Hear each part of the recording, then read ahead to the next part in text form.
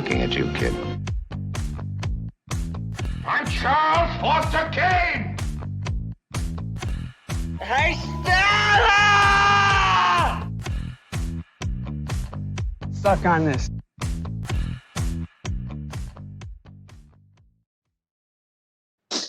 What is happening, everybody? James Hancock here. We're back with another episode of Wrong Reel featuring two of the biggest film enthusiasts that I know, David Lambert and William Mendoza. And the topic at hand is an Elmore Leonard double feature with two classic westerns adapted from one from a short story, one from one of his novels. But we're talking about The Tall T and Hombre. But gentlemen, I've recorded with the two of you separately. I know that the two of you have recorded together in the past, but it is a special privilege to get the two of you on the same recording. And shout out to Christopher Funderburg from the Pink Smoke. He was supposed to join us, and the whole reason we are doing this is because the three of you were having such a feverish conversation about westerns online. I was like, well, shit, I got to get these guys in a room together. So one of these days we'll reunite and get Funderburg on the show with you. But how are y'all doing? Welcome back to the show.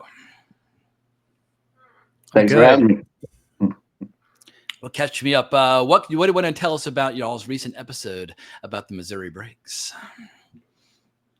Well, we were going to do Tom McGuane movies, but Missouri Breaks seems to be like the best written one, or like the most interesting one. So we just focused on that movie. Fair enough. And what was I haven't listened to it yet. What was the official verdict by Lambert? Because I know, Lambert, you are famous for strong opinions, well-informed and well-deserved and well-earned strong opinions. But where do you stand on Missouri Breaks as a movie? I like it okay. I like the non-Brando stuff a lot. It's some of my favorite stuff in a 70s Western.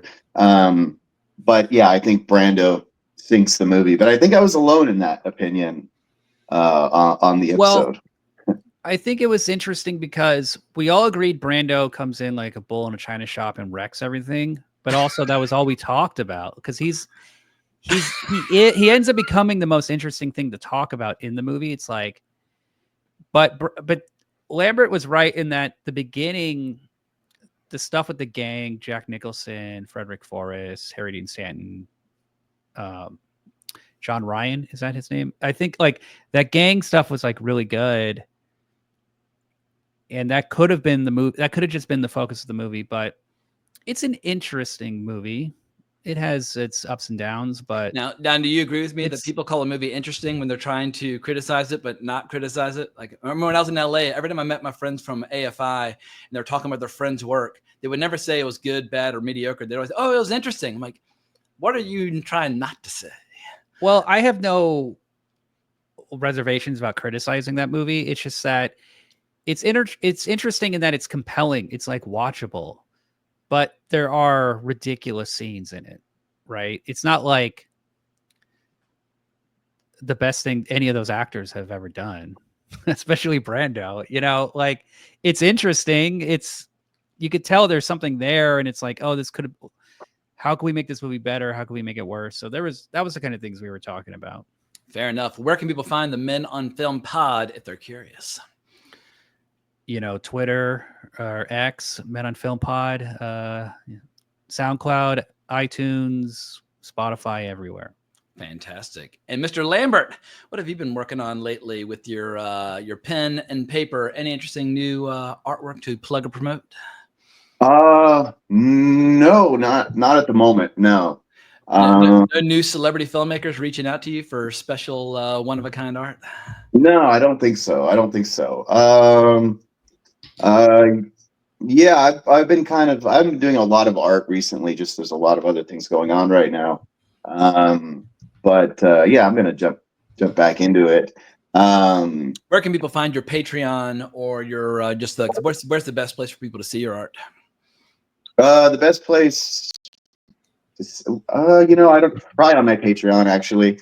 I think on Twitter I have a second account. I think it's called David Figure Art. I'm not actually sure. If you go to my regular Twitter account, it's my regular Twitter account is David Lambert Art. But that is like exclusive. Now it's exclusively just about Western pop culture, Western movies, Old West history. but there's a link in over there. So if you want to really see my artwork. I remember when you But first came to the platform, it was an interesting blend of erotic art and Old West. I was like, you know, that works for me. I don't mind hearing about 120-year-old outlaws and or looking at beautiful women. But I think at a certain point, you wisely chose to kind of separate the two topics into two separate things. Yeah. So, but you could also find me on Instagram under David Lambert Art. Blue Sky is under David Lambert Art, but that's also almost exclusively about Western stuff. Of course, I have Western art there too. So I don't put that on my naked person drawing page. But yeah, those are the places to find me. And then Patreon, David Lambert Art. And then I should have a podcast that I guested on coming out called the podcast is Tumbleweeds and TV Cowboys. And I love those guys. Yeah, they're great. Yeah, we did an episode on Westerns based on episodes of Western TV shows. So we do Will Penny or Will Penny and the Westerner, the Hunting Party, and the Big Valley, and which the episode's called The Teacher of Outlaws, and then the Hateful Eight, and then the episode of The Rebel, Fair Game. Those are all movies that are not. They're not officially based on those, but they're clearly either from the same writers as the originals, or in the case of The Hateful Eight, it's just like a total steal, beat for beat. Will Penny is one of my favorite movies I've discovered through you. You've made a lot of great recommendations over the years where I've seen these movies for the first time, like Three Bad Men by John Ford. Absolutely loved it. But Will Penny, I remember when you first mentioned it, just the name, I was like, Will Penny, that sounds ridiculous. I don't want to watch Will Penny. And of course, ended up completely, totally falling in love with it. The movie fucking rocks. Yeah, so I don't know when that's coming out, but and then I still have an episode of The Pink Smoke that hasn't come out that I recorded months ago, and that's the one about Wyatt Earp movies that don't have Wyatt Earp. So movies that are clearly based on Wyatt Earp, but they change all the names and everything. Fantastic. Well, let's switch gears to the great Elmore Leonard, where when I first started really getting into movies in the 1990s, he was enjoying this massive renaissance where we had a shitload of really entertaining crime movies coming out based on his work, things like Jackie Brown or Get Shorty, which I ended up reading, which I've got right here. I like Elmore Leonard. I've read a couple of his books, Cuba Libre or Cuba Libre, Libertad. Cuba Libre is probably my favorite novel by him that I've read, but I finally dusted off and read Hombre for the first time. But where do y'all stand on Elmore Leonard as an author, or just as an IP factory? Because if you look at the movies from the 50s through the 90s, or even up to the early 2000s, his IMDb profile is littered with dozens of movies made by really famous filmmakers. So how would you characterize your level of interest in his work, Mr. Mendoza? I mean, I never read one of his books, so I never was that interested. I mean, his movie, the books adapted from his movies that I grew up with were like Get Shorty and Jackie Brown and Out of Sight and stuff like that. Out of Sight, and it was like they were all so different. I didn't really, I could never really like figure out like how accurate they were to him as a writer, or like how interesting he was as a writer. They just seemed kind of like movie books, you know? So I don't know. I never really dove into that, but I've seen a lot of movies based on his books, like, you know, 52 Pickup, or that didn't he do that horrible Burt Reynolds movie Stick? That's like one of the worst movies I've ever seen. Oh, I don't know. I think that might be based on Elmore Leonard.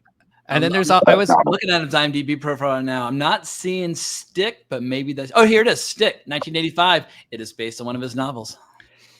And then there's another one I'm kind of curious to watch, is Touch by Paul Schrader. That's based on one of his books, I think. So The Big Bounce, I realized, had two adaptations, one by George Armitage, who did like Miami Blues. So I don't know, like 310 and Yuma was adapted twice. Like every once in a while, people will circle back and adapt his books for a second time because he was just that prolific. But like the ones that I've seen, Tall T, 310 to Yuma, Hombre, Valdez is Coming, Joe Kidd, Mr. Majestic. I mean, like in the 60s and 70s, like people were just adapting his stuff left and right. And it seems like in the 90s, thanks to people like Soderbergh and Tarantino, and Barry Sonnenfeld, he suddenly had this massive like career resurgence.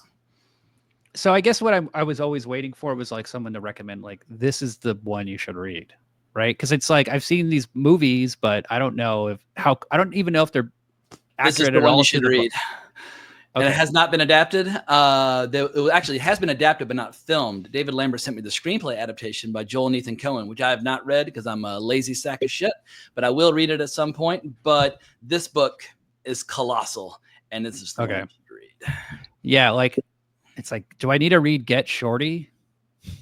You know, It's like entertaining. He has a real flair for dialogue and a real Okay. flair for violence. And I feel like when it comes to, and we'll get into it with Tall T and Hombre, the best scenes in those movies by far are ripped straight from the books. I'm like, oh shit. All right. So like when these movies are really firing on all cylinders is when they are hewing close to the bone of Elmore Leonard. And so I would never place him on the level of like a James Elroy or a Cormac McCarthy or a Larry McMurtry or something like that. But as just a really entertaining source of page turners, goddamn, yeah, Elmore Leonard has given me a lot of joy over the years. But Mr. Lambert, where do you stand on Elmore Leonard? I haven't read a ton of his stuff. I've read Hombre. I read his first novel, The Bounty Hunters or something like that. I remember that one not being great. I've read the Moonshine War, which was like made into a movie, but I haven't seen that. 1970, yeah. Yeah, and then what else of his have he did a Western that in the early 2000s or maybe even late 90s, Tarantino optioned called 40 Lashes Less One. Great and name. It's about what was that? I said it's a great name. Yeah. It's about like a native and a black guy who are like in maybe Yuma Territorial Prison, and there's like a chaplain or something who's trying to encourage them to learn about their culture or something. I don't know, but eventually there's like, I can't remember because I've read it like 20 years ago, but I remember it being pretty great. So I think Tarantino was thinking about adapting that for a while. And then of course, I've seen. Is that Tarantino's only adaptation with Jackie Brown that he's done in his career? His only official one. Oh yeah, it's only official adaptation. Yeah, I mean, obviously, he likes to take inspiration from other storytellers and filmmakers, to put it mildly. But Jackie Brown, I think it's a testament to the fact that he likes Elmore Leonard that much. And I like how you had that situation where Michael Keaton's character popped up in both Jackie Brown Out of Sight. was Out of Sight, even though they gave him a slightly different variation on the character. But I thought it was cool how Soderbergh and Tarantino, for a brief shining moment, made something resembling like an Elmore Leonard kind of shared universe. And Michael Keaton knocked it out of the park. Yeah, I've read Rum Punch too. That one was great. A handful of things, and then of course I've seen, and then like he wrote like Joe Kidd. The screenplay. I don't think that there's any book that's based on. He wrote a television sequel to High Noon, which is not particularly good. Joe Kidd's got that one great line where Clint says to somebody, "The knife's gonna look awful funny sticking out of your ass," and it's like the only line from the movie I can remember, but it conjures up a great image in the brain. But yeah, like from my understanding, he got started with Westerns just because that was what was popular. Totally. And he switched out of them when they stopped being popular. He switched over to crime and he realized, all right, the Westerns played out. We had too many TV shows. People are getting bored by them. I'm going to talk about other subjects. Yeah, exactly. But yeah, so I'm a fan. I'm a fan of most of the Western stuff that I've read of his. I've read a few short stories of his here and there. So. I like his style, his stripped down matter. The subject matter, stripped down prose, and minimalist, but also very punchy. Like it's sometimes you can get like that minimalist style where they kind of forget to put in anything in there that might be entertaining, Elmore Leonard always remembers, all right, it's minimalist, but I'm going to show these bad motherfuckers saying and doing some really hardcore shit, which is always a pleasure to read. Yeah. So I've enjoyed most of the stuff that I've either read or I can't say I've enjoyed most of the movies that have been made out of his stuff, but I've enjoyed some of them. Absolutely. Well, let's start easing into the topic at hand with Tall T, which I'll show that poster right there. I'm so excited that I figured out how to do this in StreamYard that I got to take every opportunity to do so. But I first saw the Tall T in the late 90s after I saw the documentary Personal Journey with Martin Scorsese through American filmmaking, where he really slowed down and focused heavily on the Tall T with a few cool scenes. And surprise, surprise, this turned out to be my favorite scenes from the movie, which are ripped straight from the short story The Captives, which I have right here, and the complete Western stories of Elmore Leonard. But before we dive into y'all's opinion, I think I'm just going to share the trailer. It's time for a clip.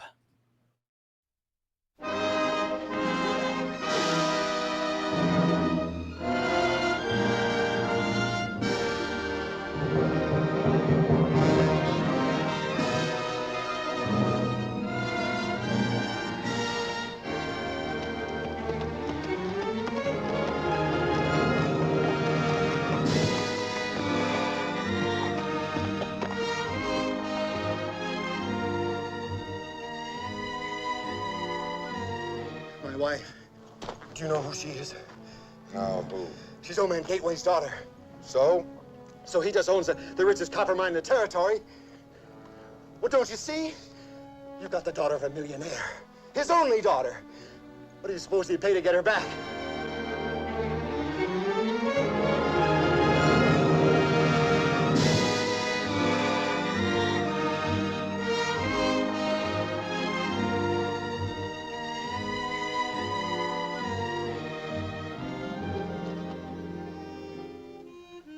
Bust him, Jake. Did you love him? I married him? That's not what I asked. Did you love him? Yes. Yes, I did. Mrs. Mims, you're a liar. How many does that make? He was the 7th. When you figure on 8 and 9. Tomorrow morning before we leave. You can count on it.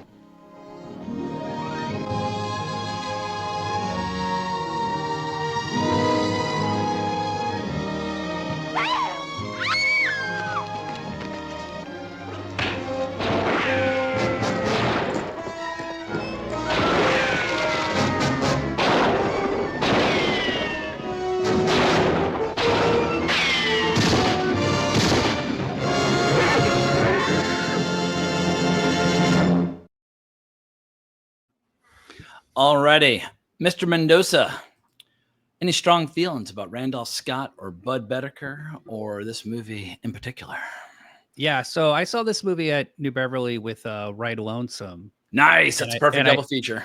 And I never had seen a Randolph. Well, I had seen a Randolph Scott movie, but I had never heard of them or Bud Bedecker or anything. So they just kind of blew me away. Ride Lonesome, I like more. Yeah. I think I really just like the symbolism of that, like strongly recommend this Criterion package. It's Ride Lonesome's in there, and I saw that at the American Cinematheque when it was still at Raleigh Studios, and it's staggering. Yeah, so they were just like, I thought they were both really good. Tall T, though, I kind of had forgotten the plot, so I was curious to rewatch it. And it's interesting watching these renowned westerns. Like they all are kind of the same, but they're all kind of different. And you just kind of get into this like feeling of like, did I see that one? Did I not see that one? Have I seen, like, which is which? It's kind of like if you watch like all the Eric Romer, like 6 Moral Tales in a week or something, you kind of forget like, wait, which one was that one? And, so I really like this movie. I mean, I remember like Tarantino played it around the time of Django. So when I saw those rocks at the beginning, I was like, oh, those are the rocks from the beginning of Django. But yeah, it's a really good movie. The spareness of it is what really like got my attention, and the intensity of it, and the way it just, the brevity of it. It's so short. It's 78 minutes long. Is it a B movie? I can't really tell. It's like, if this is a B movie, and a case could be made that you could shave 10 or 15 minutes off the beginning and improve the movie. Like, it only really needed to be about an hour. Like, everything leading up to when they finally arrive at the filling station or whatever the place where they finally get held up, I feel like you could cut everything prior to that. Like the horse. And yeah, like riding the bull steer, and all that stuff. The bull riding scene. Yeah. Yeah. Like, I mean, I would but say it kind of gets your expectations with him just holding his saddle and just walking along and getting, that's how the short story opens. He's walking along with the saddle and the stagecoach pulls up and he hops on board, and then you're off to the races. I think it does one thing really smart, which is adding the kid at the beginning and then him basically cherry flavored striped dead candy in a well afterwards is very it's dark. It's dark, and it, like, you don't expect it to be that sudden, and it's all off screen, so it kind of is more horrifying. Like, yeah, especially the way Scott asks, like, and the boy, and they say, yeah, he's with him. I mean, yeah, it's as grim and dark as 50s westerns get. I think this movie is has a lot. It's a lot more impactful than Hombre, and I think a lot of it has to do with its spareness. Just oh, sorry, go ahead. Yeah, just by not having all these other characters and other scenes and, like, pretty sets and overly lit interiors and all that stuff, just getting rid of all that and being outside makes it feel real. Yeah, Bud Bedecker was a true outdoorsman, and he knew this entire region by horse.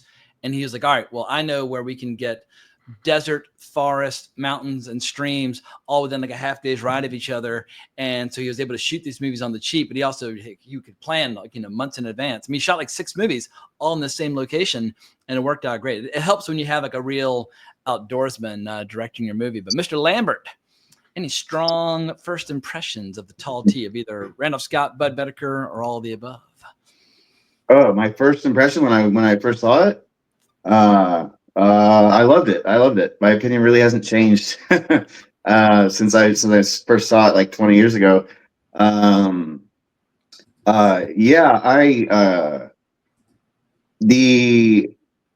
going to disagree with you, James. I think that opening is important for the movie. I don't think we are allowed to disagree.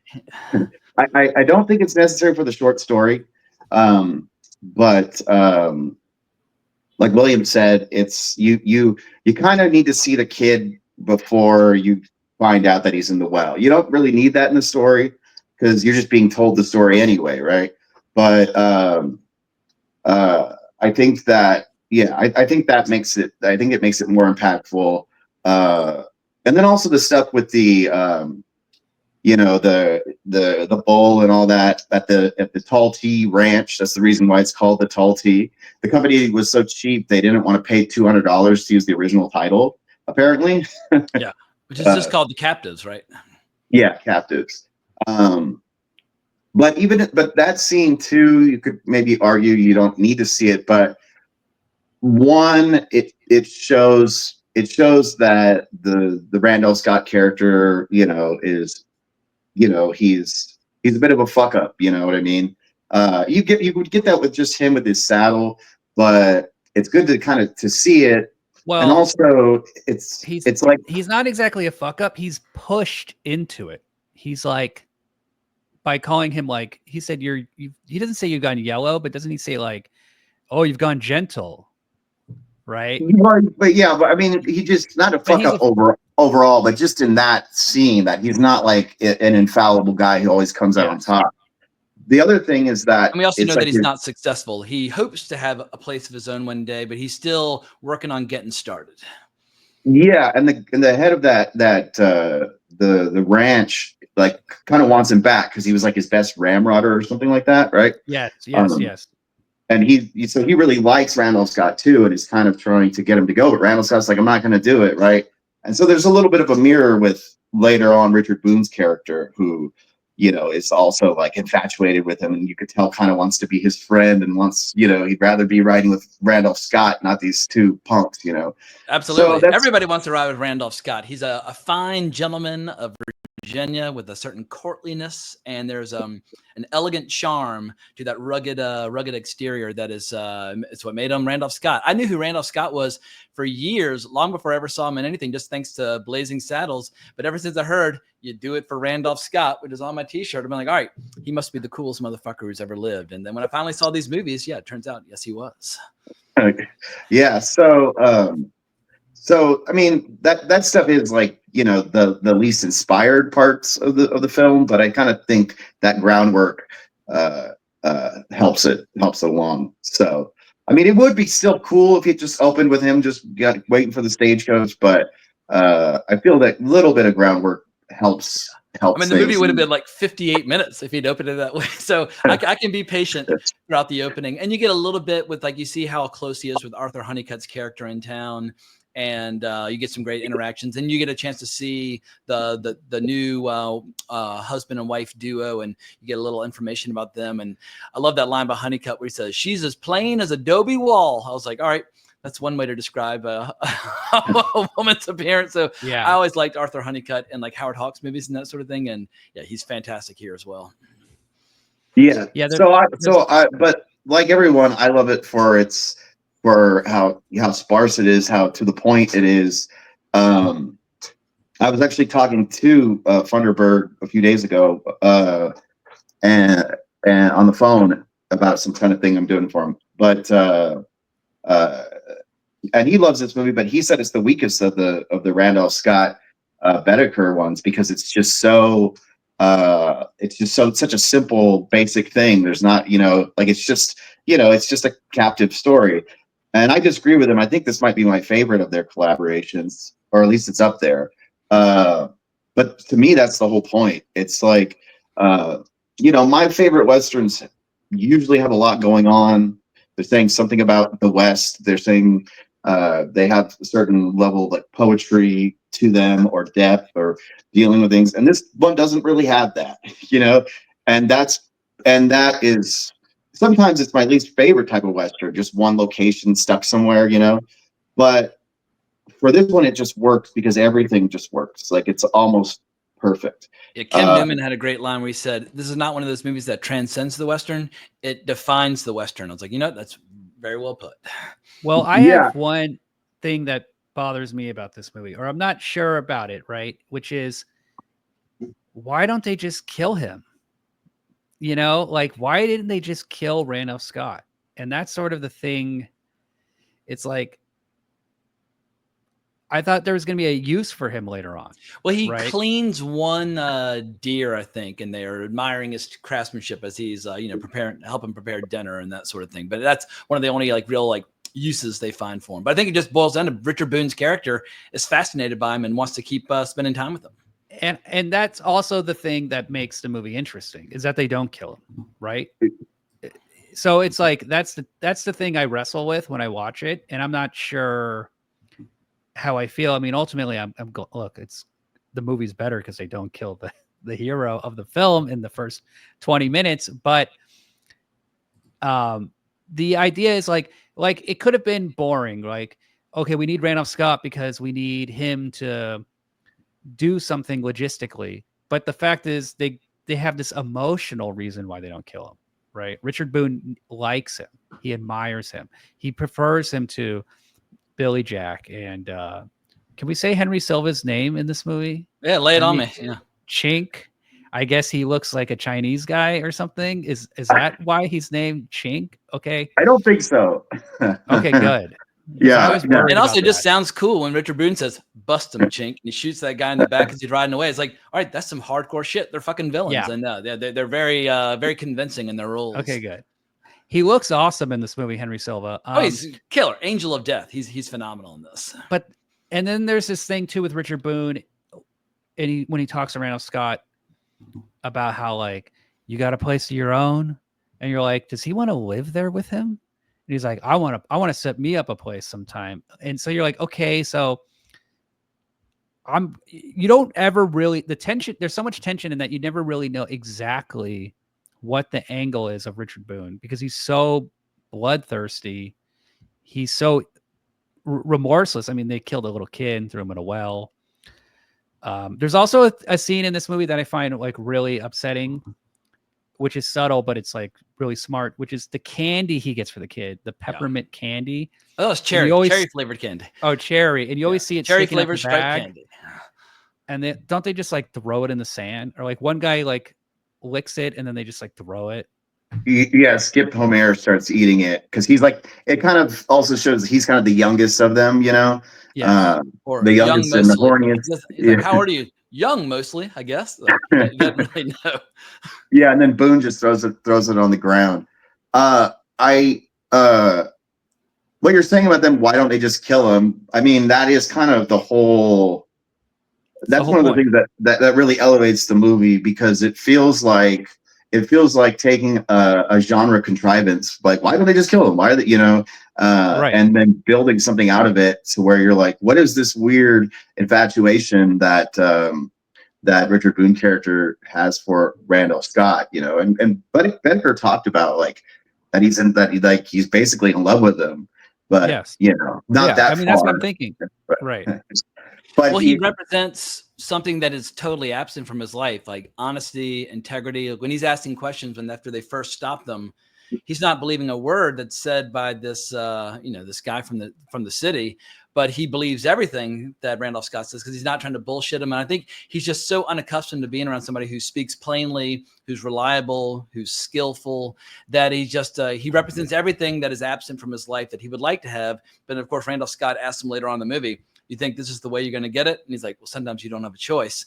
And it's a great little exchange. And that's my favorite scene of the movie, when he just looks at him and says, all right, Brendan, talk. Like, your place, what's it like? And he starts kind of interrogating him. He's imagining like a different life. And it's also just got so much great dialogue, like, you cook good coffee, which is a line I keep telling myself I'm going to use, but I keep forgetting to.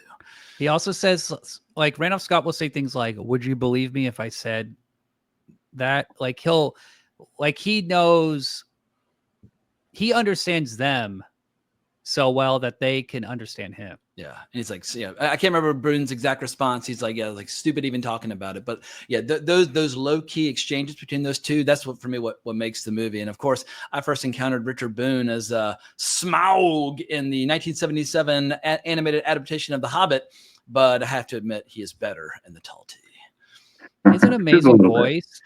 You could tell he like smokes and drinks, and it's totally just like, by the time you get to Hombre, you're like, dude, what have you been doing the last 10 years? You have aged in that interim. But there's another thing too in this movie, which is also in Hombre, which is there's a rich couple in the movie, and the rich guy is bad. Yeah, completely. The city guy is bad. The business people are bad. The capitalism or whatever is corrupting. And Randolph Scott even says at one point, that's too much money for one man. He has that kind of throwaway line. Yeah. And so it's like, if you're very successful and you have $500,000 back then or whatever, it's like you got it in a dirty way. And there's something dirty about the businessman.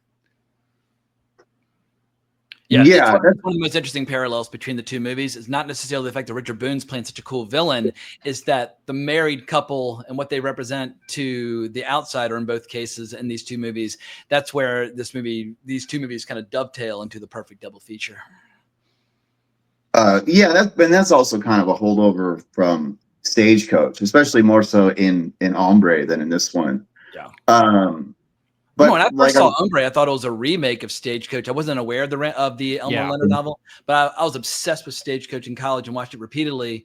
And my dad kept talking about Hombre, so I finally saw it because my dad, he's a fanatic for Hombre. But when I was 20, 21, I was like, Hombre is just kind of like Stagecoach, but not as good. And so I kind of dismissed it. But then I circled back many years later and started to get into it.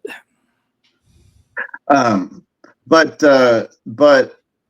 like I was telling, Funderburg is like, the ones, especially the ones that he doesn't do with Burt Kennedy, Bedecker and Randolph Scott, they're just not as good. The value of these movies is how stripped down they are. And I know that Bedecker was he famously said the Western has no meaning, and some critics tried to bring his bullfighting fascination and bullfighting past and everything into the way he directed his movies and the way things like worked and the ritual and all that. I think it was Comanche Station. Somebody mentioned that to Bedecker, and he's like, "No, that's bullshit. It's all about how he's he's getting attacked by Indians. That's it. There's nothing else to it." There's a great documentary on this set called "A Man Can Do That," and he's talking about how when he went to visit France, I think in the '60s or maybe in the '70s, and he met this like army of enthusiasts that had come up with all these, pretty highfalutin ideas about his movies. And he was very dismissive of, appreciative, but also contradictory when it came to some of the connections they were making. But he was just such a straightforward guy. I had the privilege of seeing him one time in person at that screening at Raleigh Studios of Ride Lonesome. He was there, and he was elderly. He died a few years later, and he kept saying this one throwaway line about how he doesn't believe in age. I'm like, you might not believe in it, but it's creeping up on you. But he still was still talking with dreams about making movies and that sort of thing. But it was cool to get to hear him speak. But yeah, that background in bullfighting and how he came into movies as a technical consultant on Blood and Sand early on. And then obviously he did the big one, the Bullfighter and the Lady in the early 50s. Such an unusual background. I've only been to one bullfight ever when I was in Madrid in 1993. But goddamn, you want to talk about an environment that will give you a unique perspective on violence and death and so on and so forth, and going into the Western. I think is what gives his movies such a raw immediacy and threat of violence, because he really understood blood and death in his bones. And there's also an element too, which is he made this. Is Randolph Scott playing the same character in all the renowned Westerns? You know what I mean? Like are these sequels? Are these in the same universe? No, I think right? Randolph Scott just played himself in every movie. But like, there's that element kind of going in the back of your mind. Plus, when you cook like the same thing like 7 times, you get better at it. Like you're like, I'm gonna get really good at cooking steak, or I'm gonna get really good at cooking like omelets or whatever, and you just get better and better and better. Or like Japanese sushi chefs talk about the same thing, where they just like refine the process over and over again. And these movies are kind of like by doing them over and over again, I think he just got better at making them. And it probably same thing with like Burt Kennedy and Randolph Scott. Like they just knew how to do this. So which of the renowned Westerns did Burt Kennedy write? I know he wrote like 3 of them. Well, like some of them aren't technically a renowned, because that's the company name. And so like Seven Men from Now, that's the first one he wrote, and that's what got him on the map. Gotcha. And got like John Wayne was interested, and he ended up producing that one and everything. And then this one, Comanche Station and Ride Lonesome. Gotcha.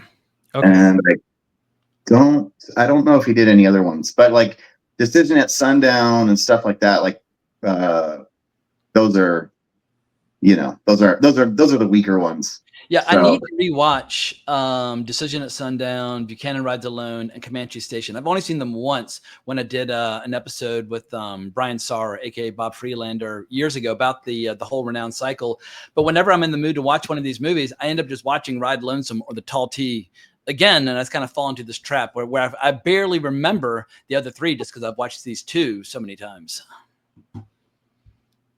Yeah, Comanche Station is up there, and 7 Men from Now is also. I mean, between those 4, I think it's any of those as your favorite is like completely acceptable to me because they're all really close. They also are like brilliant visually, the way this movie is composed, like the widescreen photography, the color of it. I mean, it really is just like an amazing looking movie. And it's a B movie, right? Like this would play at a drive-in after another movie or something. Like this doesn't seem like it looks better than like a fancy Western. Totally. With like sets and lots of costumes and, fake trees and fake outdoor locations. Like it feels better than like a bigger budget movie from the era. Yeah, this area is called Lone Pine. Do y'all know the Lone Pine area at all? Oh yeah, I've been there. They do a film festival. They do a film festival every year, like about like old Western movies and stuff. Gotcha. Yeah, Lone Pine is in California, and a lot of this specifically was shot like in the Alabama hills of Lone Pine. Gotcha. And I think the first movie to shoot there was The Roundup, which is a Fatty Arbuckle Western, Nice. but it's not a comedy. It's actually a serious Western. Really? It's a bit like Scandal. Pre-Scandal. Gotcha. So it became like a spot for tons of Westerns. In fact, when Bedecker went there, he was like, wow, what a great spot. Like no one knows this place. It's amazing. And then he like found like he found like what was that? But they've been shooting there for decades.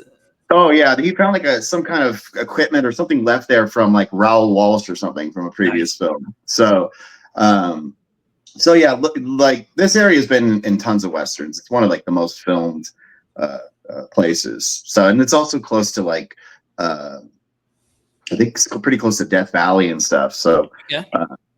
But I mean, go ahead. I have such a stupid question. I've always wondered this. How did they shoot Westerns outdoors back then? Batteries, generators? Like, how did they actually get out in the middle of nowhere and record sound and shoot film? Yeah, without hearing generators. What was a generator like in 1957? Because even in the early 2000s, when I was working on sets, they were still pretty goddamn loud. Right? Did they have long cables? Like, I've never been able to figure this out. And I'm kind of shocked they actually recorded live sound. And when you see people like in the silent era, with those hand crank cameras, like, all right, that's all the power that you need, the hand crank. But I really have no idea. It's an excellent question. Microphones, everything. Like, I'm so curious how they did it, and I've never seen any photos of it. But this whole movie, almost, I'd say like 90% of this movie is outdoor, except for this the cave.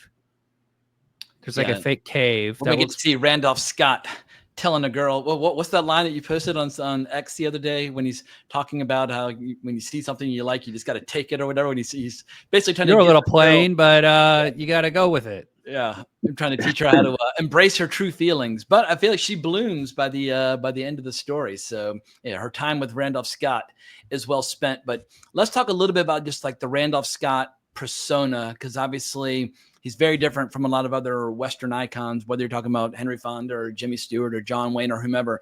How would y'all characterize his blend of qualities?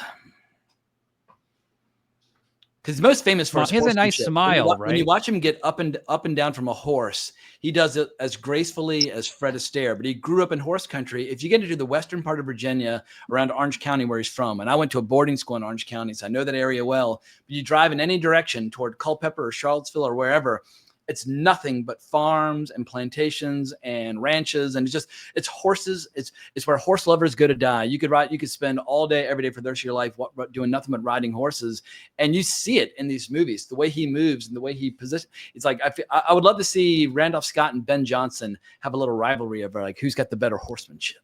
Well, he smiles, right? He's like a gentleman. He's not like Clint Eastwood. You wouldn't see like John Wayne smiling, or maybe in some movies, but he doesn't have that. He's very kind. He's very kind, but he can also be tough, and he can seem like he has he can be intimidating.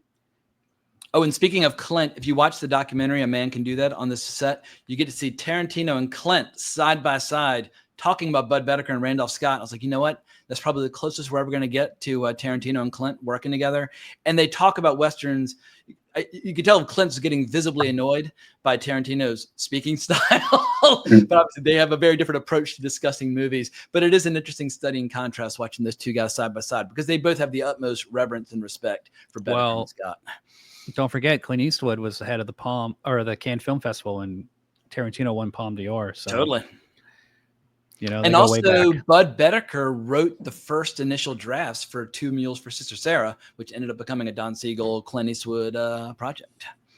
Yeah, he hated it, and he claims that John Ford called him up because when like Two Mules for Sister Sarah first played on TV, and said did you have anything to do with this piece of shit? And he said, no, not they changed everything except the title. And he said, well, that's a good title. Well, good. I didn't think you did.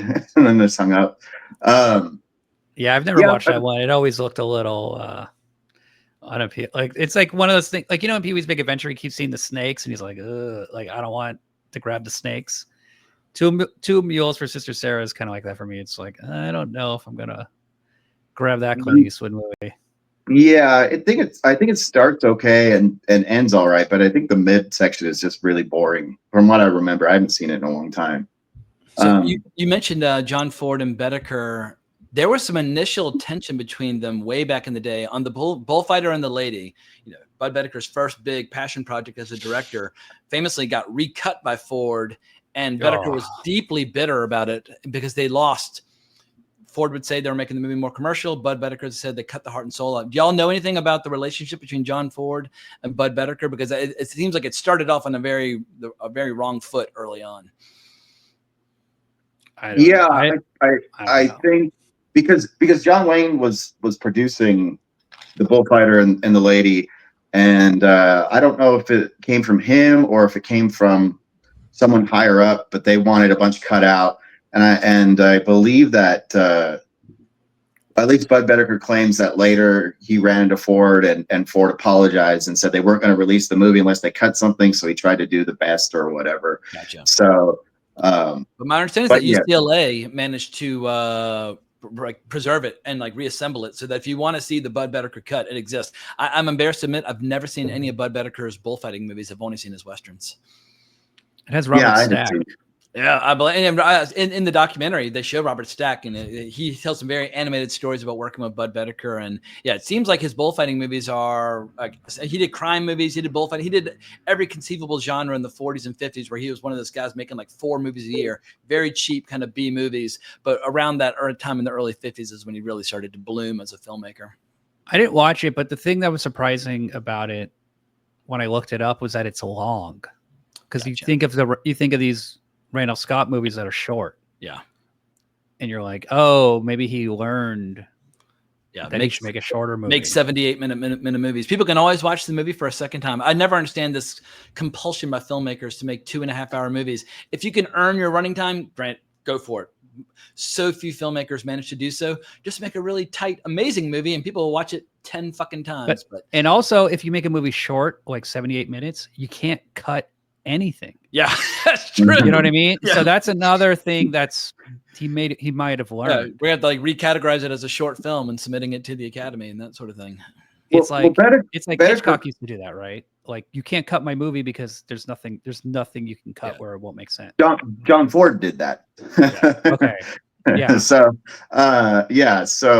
But I don't know if he learned that from that project, because Bedecker had been making cheap ass movies for a long time for a bunch of different studios. But most of them probably not very good, from my understanding. I've seen a few of his previous westerns, like Cimarron Kid with Audie Murphy, and Seminole, which is not really a western, but it takes place in Florida, and they're fighting the Seminole tribe and stuff. That's with Rock Hudson.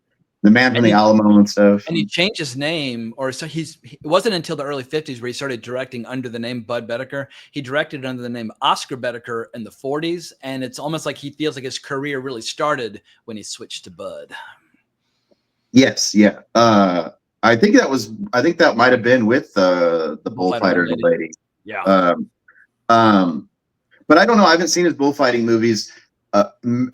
Maybe because that was so close to him, he kind of threw out a lot of, he probably had so much he wanted to get it in there, as opposed to like these stripped down, streamlined scripts that he's getting from Burt Kennedy, and that he can then play with because they're so sparse. Yeah. I know that he ended up kind of messing up his career trying to make a documentary about some bullfighter. In the 60s, or something. He completely evaporated his career. It started out as a feature film, but then the guy he was making the movie with died in a fucking car wreck while they were making the movie. So it turned into a documentary about his life.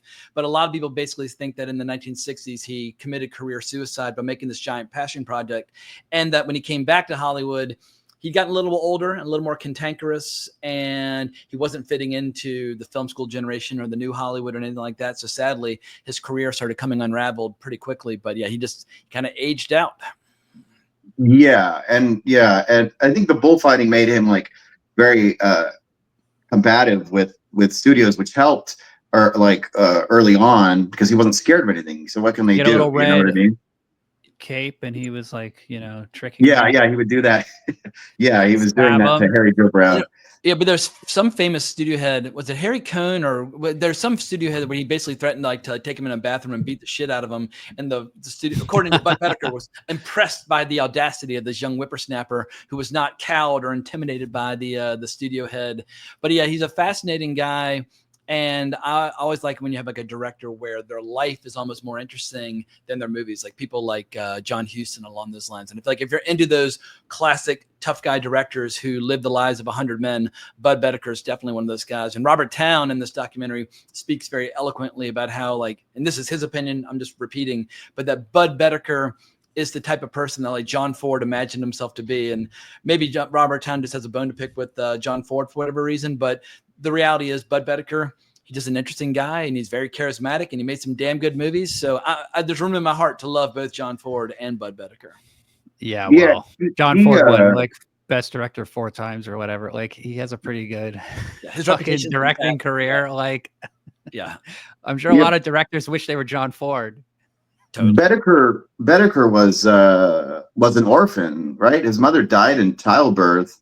And then he was told he was adopted when he was like in his late single digits or early teens, but he hated his parents so much. He said it was like the greatest news that he ever heard. Yeah, like his father was so in despair that his mother had died in childbirth that he walked in front of like a trolley, committed suicide. So pretty horrible. But in terms of Randall Scott's persona, it's like, yeah, he was like a Southern gentleman, almost no matter what he was playing and everything. These films, I think he knew that these were of a higher quality than most of the things that he'd been doing. Yeah. But I think they get credit for making him obsessed with vengeance or more ruthless and all that. And that's really not true. He had been in movies where he was trying to get revenge that are really brutal. He did one with Ray Enright called Corner Creek, which I would put almost up with these. Gotcha. It's really mean. It's from the 40s. And he's he gets his hand stomped out. He stomps a dude's hand out. He uses the guy as a human shield. It's really it's a really uncompromising, mean movie. And it feels of a piece with these, but it has a bigger story. It's not like one location based outside thing. Well, but another thing I found interesting about the Tall T is that he's not like a gunslinger, right? He's a ramrod. He's not a lawman. He's not a soldier. So you don't really know how he can handle himself. This is a fucking badass. He's going to kill all the guys. Let's go. They picked the wrong dude to mess with. He's a smart guy. So yeah, that's why that opening scene I think is helpful, because if you just open him with a saddle, it's, you know what I mean? The assumption is just this guy's a badass. But you see him kind of, now he's walking home. Yeah, exactly. But yeah, you getting to see him falling over and all that shit, everything I think helps humanize him so that later you are like, what is going to happen here? And then of course he tells Richard Boone, yeah, are you scared? And he's like, yes, Yeah. So, he's like, God, well, at least you're honest. I love the way he says, yeah. He's got such a great speaking style. And I like also how this movie, for a 1950s Western, I think sometimes people oversimplify the narrative of 50s movies being so squeaky clean because there's so much abundant evidence that there are a lot of films and a lot of filmmakers that just were not. But there's a little bit of sexual material in here, which is pretty rough for the era. Like when they first get pulled over, and the guy who's young mostly, when he hears that the girl just got married, he's like, just this morning? And the way he implies that, it's almost like he's getting turned on by the fact that he suspects she's still a virgin. And he's like, but the way he says it, it's so suggestive. And then, of course, later on, Randall Scott uses that to his advantage to kind of tricking him into going into the cave to try to have his turn with her. But yeah, I feel like this movie's got some darkness lying at the core of it. I mean, obviously, anytime you're murdering children and throwing them in a well, clearly the movie's pretty dark, but it's not just dark in terms of violence. It's got a whole bunch of shit going on, and it's lean and mean running time. Yeah, and this is the way that Randall Scott just reacts to finding out, you know, the father's in the well and then the son's in the well, and he doesn't do much, almost anything, but it just in his eyes, it just registers. He doesn't have to. It's like a Gary Cooper sort of thing where it's just his look, you know, it's so perfectly done. And it helps when you're going up against Henry Silva and Richard Boone, who were born to play these roles. I feel like every hero is measured by the strength and the charisma of their villains. And Henry Silva, I mean, I love him and stuff going up to the early 80s, he was still doing so many amazing, really violent movies, like fighting people like Burt Reynolds and whatnot. But he's so calm and so lethal. And you can tell he just got this like true bloodlust and how he's keeping track of how many people he's killed. Almost like a teenager when they first get into drinking, how they keep track of how many beers they've had. He's keeping like notches on his belt of how many people he's killed, and he's looking forward to getting the next 2 on his belt. He's lean and lethal. I think Henry Silva is absolutely fantastic in this. There's also a sexual thing too in the cave where you don't know what they did after Randolph Scott kisses her. It's like, I guess he had sex with her in the cave. Maybe, maybe not, right? But you don't know. He's a gentleman. It fades. And anything could have happened. Yeah. Right. So they kind of leave that up to your imagination. And so by not showing it, it actually makes it more ambiguous and possibly dirty. Like he could have been 69ing her in the cave and we would have no idea. Right? We would have no idea. That's my imagination goes there. I was just imagining different things. Yeah. There's something about, he's so wholesome and in so many ways that it's hard for me to imagine him even taking his clothes off to take a bath. So my mind doesn't go there. But once again, we don't know. So let your mind go wherever it wants to. What about that What about that deer being stripped and the bloody carcass of that? That's pretty intense. Yeah. When you get a chance, I mean, he knows what he's doing. That's yet another example of how he's a reliable guy with a lot of skill, in contrast to these 2 dumbasses, these 2 knuckleheads who just sit around the fire talking about women and their conquests or the others' lack thereof. And yeah, as Richard Boone says, like, you know, that kind of talk gets awful tiresome after a while. And you get it. Like, he is so sick to death of listening to these 2 dumbasses talk about nothing day and night. He's just craving some adult conversation with Randolph Scott. Well, as Richard Boone says, he's never killed anyone, right? Like, he lets them kill people. So he kind of has this like, oh, I'm different than them. I'm not a killer. They kill the kid and throw him in the well. Yeah, they're scum. It's I think in this period in the late 50s, they had gotten really good at implying things that were more violent and more sexual than they were showing on screen, and that they knew how to play with the censorship of the time. Totally. Absolutely. It's why people, I mean, when I hear people talking about how like even Tarantino talking about how he thinks the 50s was the worst decade of movies, I'm like, how many Westerns have you seen from the 50s that you love and adore? I've heard you talk about them at length on 1,000 occasions.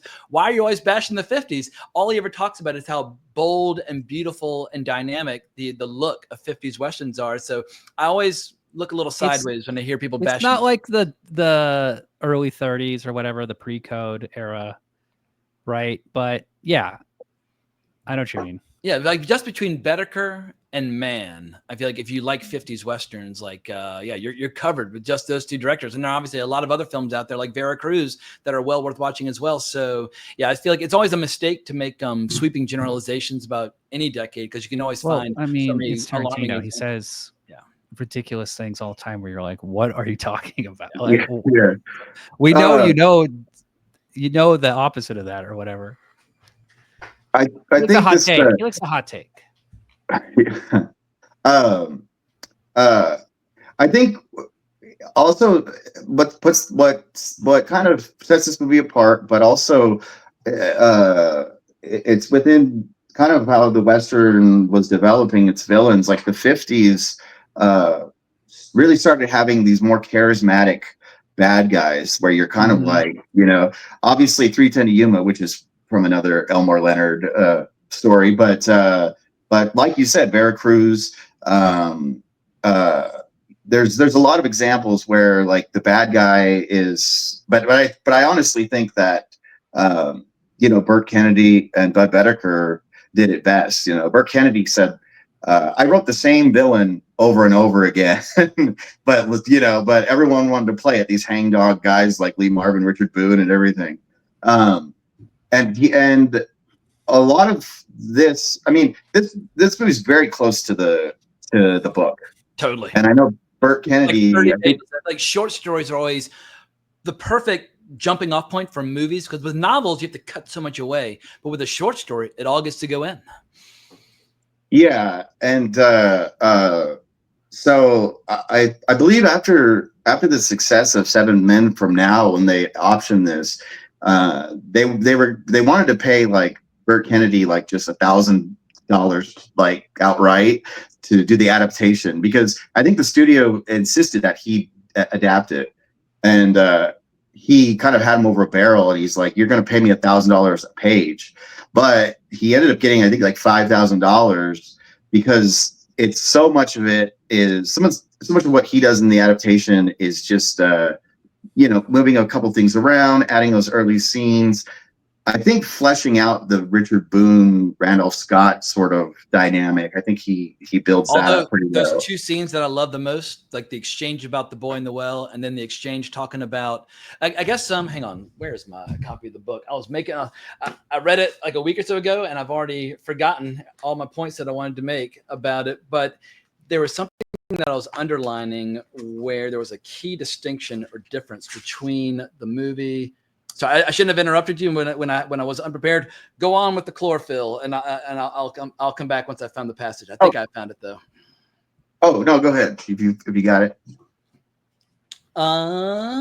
So when they're talking about, hang on, the scene that's like verbatim from the short story is when they're talking about, like, do you go along with what he's saying? And if I said yes, you wouldn't believe me, and you'd be right. And he's like, yeah, dumb even talking about it, isn't it? Like, that is like carbon copy straight from the short story. But then that later scene when they're talking about Randolph Scott's place, that's more or less invented for the movie by Kennedy, and I think that's one of his best contributions to this adaptation.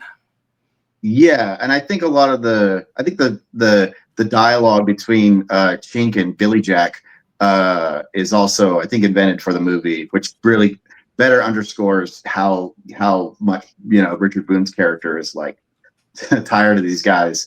One of the things that what was I gonna mention here? Oh, yeah, but a lot of those great scenes with Chink are pulled straight from it. Like when Chink's telling Randolph Scott that he's gonna shoot him but tomorrow before we leave. That comes from the short story. Or that great line, "Chink, bust him." That also comes straight from the original. So yeah, it's just all around just an excellent adaptation. Yeah, like you shoot all your men in the back, and he said, "I'll tell you what, I'll get you in the front," or something like that. And that kind of plays into the story. It's sort of an annoying thing where Randolph Scott can't shoot him unless he's like, hey, like can't shoot him in the back. That's where it's like, okay, maybe Elmore Leonard was sort of knew what a 50s audience would accept. Yeah. But I don't see an Hombre, he doesn't care. Hombre, he'll shoot, and he doesn't give a fuck. He's like, how do you think you're gonna get back down this hill? I'm like, now wait a second. And Hombre's got fewer scruples when it comes to shooting somebody. Yeah, and in the Captives of Elmore Leonard's story, he has the Richard Boone character die first before Chink, I believe, right? I do not recall, but I'll take your word for it. Yeah, I think because all that stuff about like Richard Boone leaving and then coming back, because he just has to. I don't think that's in the story. Which I think he leaves and he circles back to try to get the money. Yeah, but I think Chink is the last one he kills in the story, and it's cool for the story because it kind of is a offbeat thing. The main villain doesn't get killed at the end, right? But for this, you kind of have to have it end with Richard Boone and Randolph Scott, because that's what the movie is building. The movie really kind of fleshes that stuff out, I think. Well, Burt Kennedy was, he was a shameless like thief. He would just steal from anything. He did this movie right after Ride the High Country called Mail Order Bride that he wrote and directed, which is just steals images and just tons of stuff from Ride the High Country. But you see it in all of his movies. But one of the things that he used, his famous line that he uses in this is there's some things a man can't ride around, right? And I think he later uses it in like Ride Lonesome. He uses it in like an Audie Murphy movie, Six Black Horses, Support Your Local Gunfighter, Return of the Magnificent Seven. And I think that itself is just borrowed from Stagecoach. I think the Ringo Kid says something like, there's just some things a man can't run away from. So he's got to kill the guys who have killed his brothers. And so, Claire Trevor's trying to talk him out of it, his revenge quest. And he's like, some things a man can't run away from. Yeah, but he loves that line. And people kind of say, like, that's the whole renown cycle is based in that line and everything. But it was, he stole it, basically. One of the things is that there were Arthur Honeycutt was just like hammered all the time, and I guess they had to do multiple takes. Tune. The Stagecoach driver. Yeah. Yes. And they were like they were like they were hiding all the alcohol from him because he was ruining takes, he was improvising, threw stuff up, and they were like, where's he getting this alcohol? Like, what? He's drunk, he's hammered. Where would he even get it out here, right? And what they realized is he was eating oranges all the time. So he was taking syringes and shooting a bunch of vodka into oranges and just eating throughout the day. So, I think Buttercrew was like, you go crazy with stuff like that because just drunks are brilliant. You know what I mean? He's in like 3 scenes, right? Like the scene in the town, the scene when they pick him up, and then the scene where he gets shot. So that's a lot of he couldn't hold together for that. I guess not. I get it. Like, what he gives to the movie is solid gold, and he was good in El Dorado. He's good in a lot of things. So, but some actors just some people just have a thing for the sauce, and they cannot live without it. So. For me, when I'm out in the sun or out in the desert or whatever, the last thing I want to do is stay totally dehydrated and shit-faced all day. But to each their own. Sure. And also there's a thing, too, where it's like you could get – I mean, how many actors could do that part? Like it's a little character part, right? Like it's not like he's a movie star where you're like, we got to have this guy. But his accent's fantastic. But I think he was nominated. He was nominated for Howard Hawks movie. What, for El Dorado? Or for Big Sky? Or? Big Sky, I think. Yeah, I think he was. He's cool. He feels real. I mean, he feels like a real Western. Yeah, I feel like as Walter Brennan aged out, Honeycutt came in and started taking a lot of the roles in a lot of the Westerns that Walter Brennan would have played in a previous era. Or Gabby Hayes or any of those dudes. I mean, there was a lot of those guys. Anytime you need to see a full-blown hick, there are certain guys that were on the short list to be called first and foremost. Yeah. Well, we've been going quite a bit at this point on Tall T. Any final thoughts or ideas about Tall T before we push on to the second part of this double bill? Tall T, what are they at? Starbucks, huh? Ordering? Dang. Pretty good. What was the line in the trailers is like the Tall T, like T for terror or something like that, which is I always failed to notice in the trailer. It's a good trailer, but but a better movie. It's great. It's better than Hombre. I'll say that about the movie. I'll close on what LQ Jones said about Bud Bedecker. He said he was a madman, a blithering idiot, a talented man. He came along at a time when you couldn't be an individual, but he was. Classic LQ Jones. Wow. Completely insulting. All right. He can't praise you without insulting you. I like it. Well said. Yeah. All right. Well, I'm going to play a quick little intermission for a quick bathroom break, and we'll be back in 2 minutes to talk about Hombre.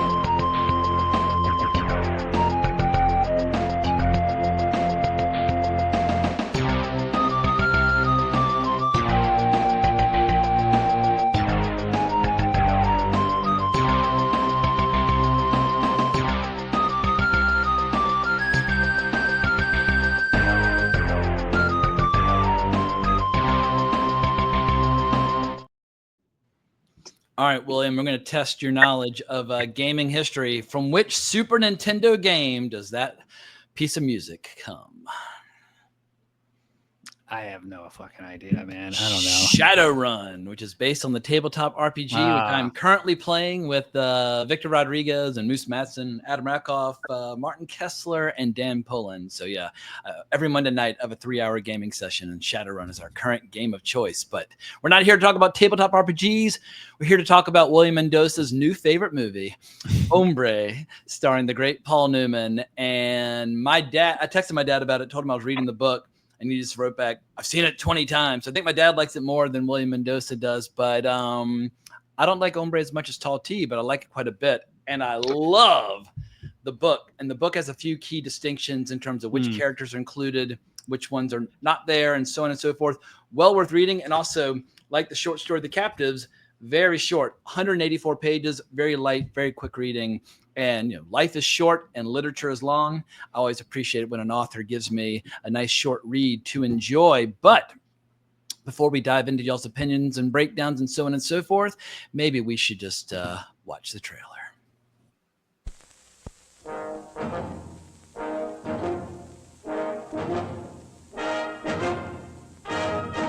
Hombre means man, and Paul Newman is hombre. You can be white, Mexican, or Indian. But I think it pays you to be a white man for a while.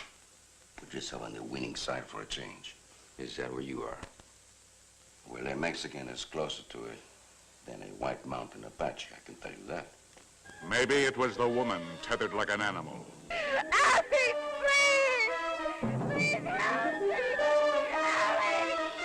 Billy Lee, what's your last name? You gonna go down there? This one won't. That's his wife, but he won't do it. I'm not looking to get myself killed, so pay attention. After I go past him, he'll come out with his back chip. If he touches his gun, shoot him. Maybe it was the man who cursed his name. He's thinking, why not take my money? Out here, no law to stop him. That's what I'm thinking. But 5 people against 1. Maybe he hasn't thought about that. Maybe one's enough. Maybe it was the stranger who needed killing. Smoke bother you? Would you put it out if I said it did? My mama taught me to remove my hat and my cigar in the presence of a lady. Whatever else I take off depends on how lucky I get. Maybe it was the woman who needed love. I've been wedded and bedded and loved and let down. It hasn't always been nice, at least it's been natural. Maybe it was the heat of the sun or the fury of the ambush.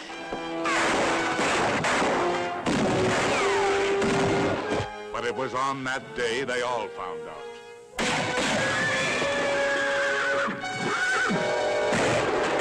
Hombre means man, and Paul Newman is hombre. A motion picture that reunites the star, producer, director, and the writers of HUD. Hombre.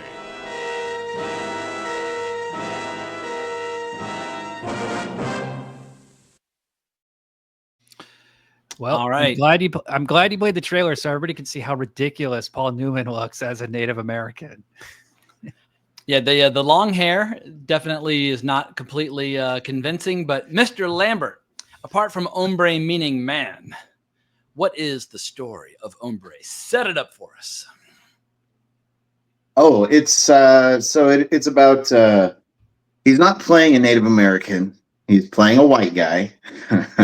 He's playing this character John Russell, which is funny because there's a famous Western actor who was on a TV show called Lawman who's named John Russell. So anyway, but and he was kidnapped as a kid by Apaches. He was raised by them, and then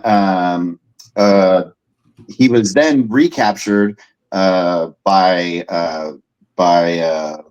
U.S. soldiers or something to that effect. He was recaptured, and then he is adopted by this guy. And once he gets of age, he goes back to live with the Apache. And the guy who had adopted him, he ends up dying, and so he leaves everything to him, which is like this boarding house. And so he's going to sell the boarding house so he can use the money to help the Apaches, on the reservation. And he ends up he has to travel to this area, and basically everyone gets on this mud wagon stagecoach, all these disparate characters, and it turns out one guy's stealing money from the reservation, him and his wife. He's the reservation agent. And then Richard Boone and his men intercept them for all the money, and it becomes a lot like the Tall T. Something to that effect, right? So now, while I think I'm probably somewhere in the middle between the two of y'all in terms of my I just want to say I like this movie, but there's way more things to pick apart than Tall T. That's where I'm going to say. Well, most of my reservations with the movie come from the adaptation and what they've kind of added and changed, because the book, no surprise, Elmore Leonard, we talked earlier about him being kind of a minimalist guy. There are fewer bells and whistles on the story, and it's much more lean and mean and focused. And I don't know if it was a good idea or a bad idea, or if it helps the movie or not.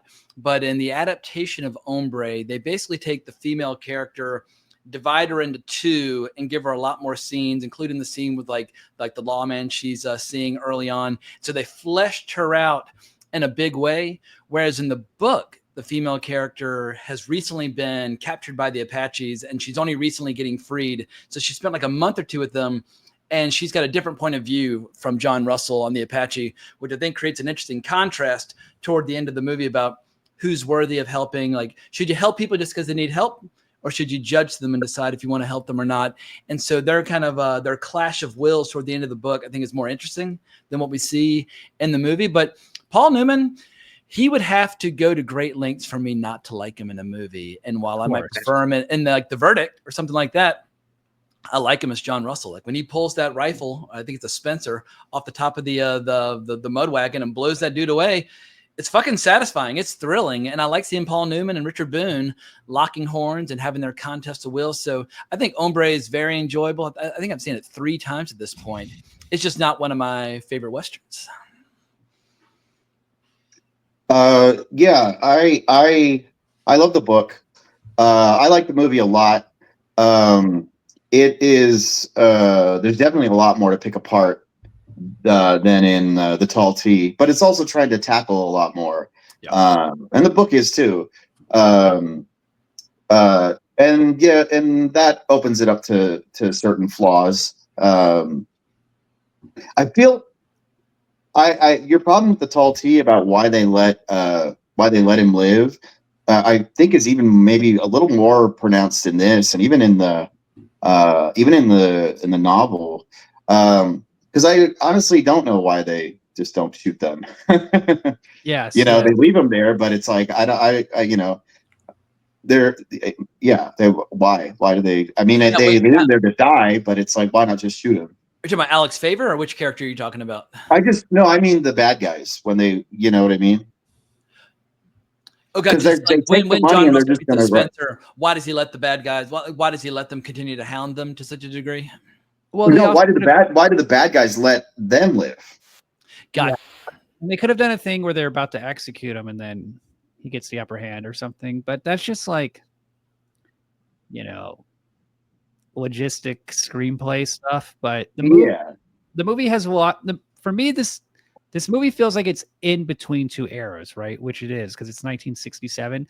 So when I watch this movie, I see like Rambo in this character. I see the future of like Stallone or something. I see like new action movies in this era, and I also see the past, because it's kind of like it has a more dated, filmmaking style, because it's 1967. This is the year of Bonnie and Clyde and The Graduate and stuff, right? Like, obviously, like New Hollywood is like bubbling up.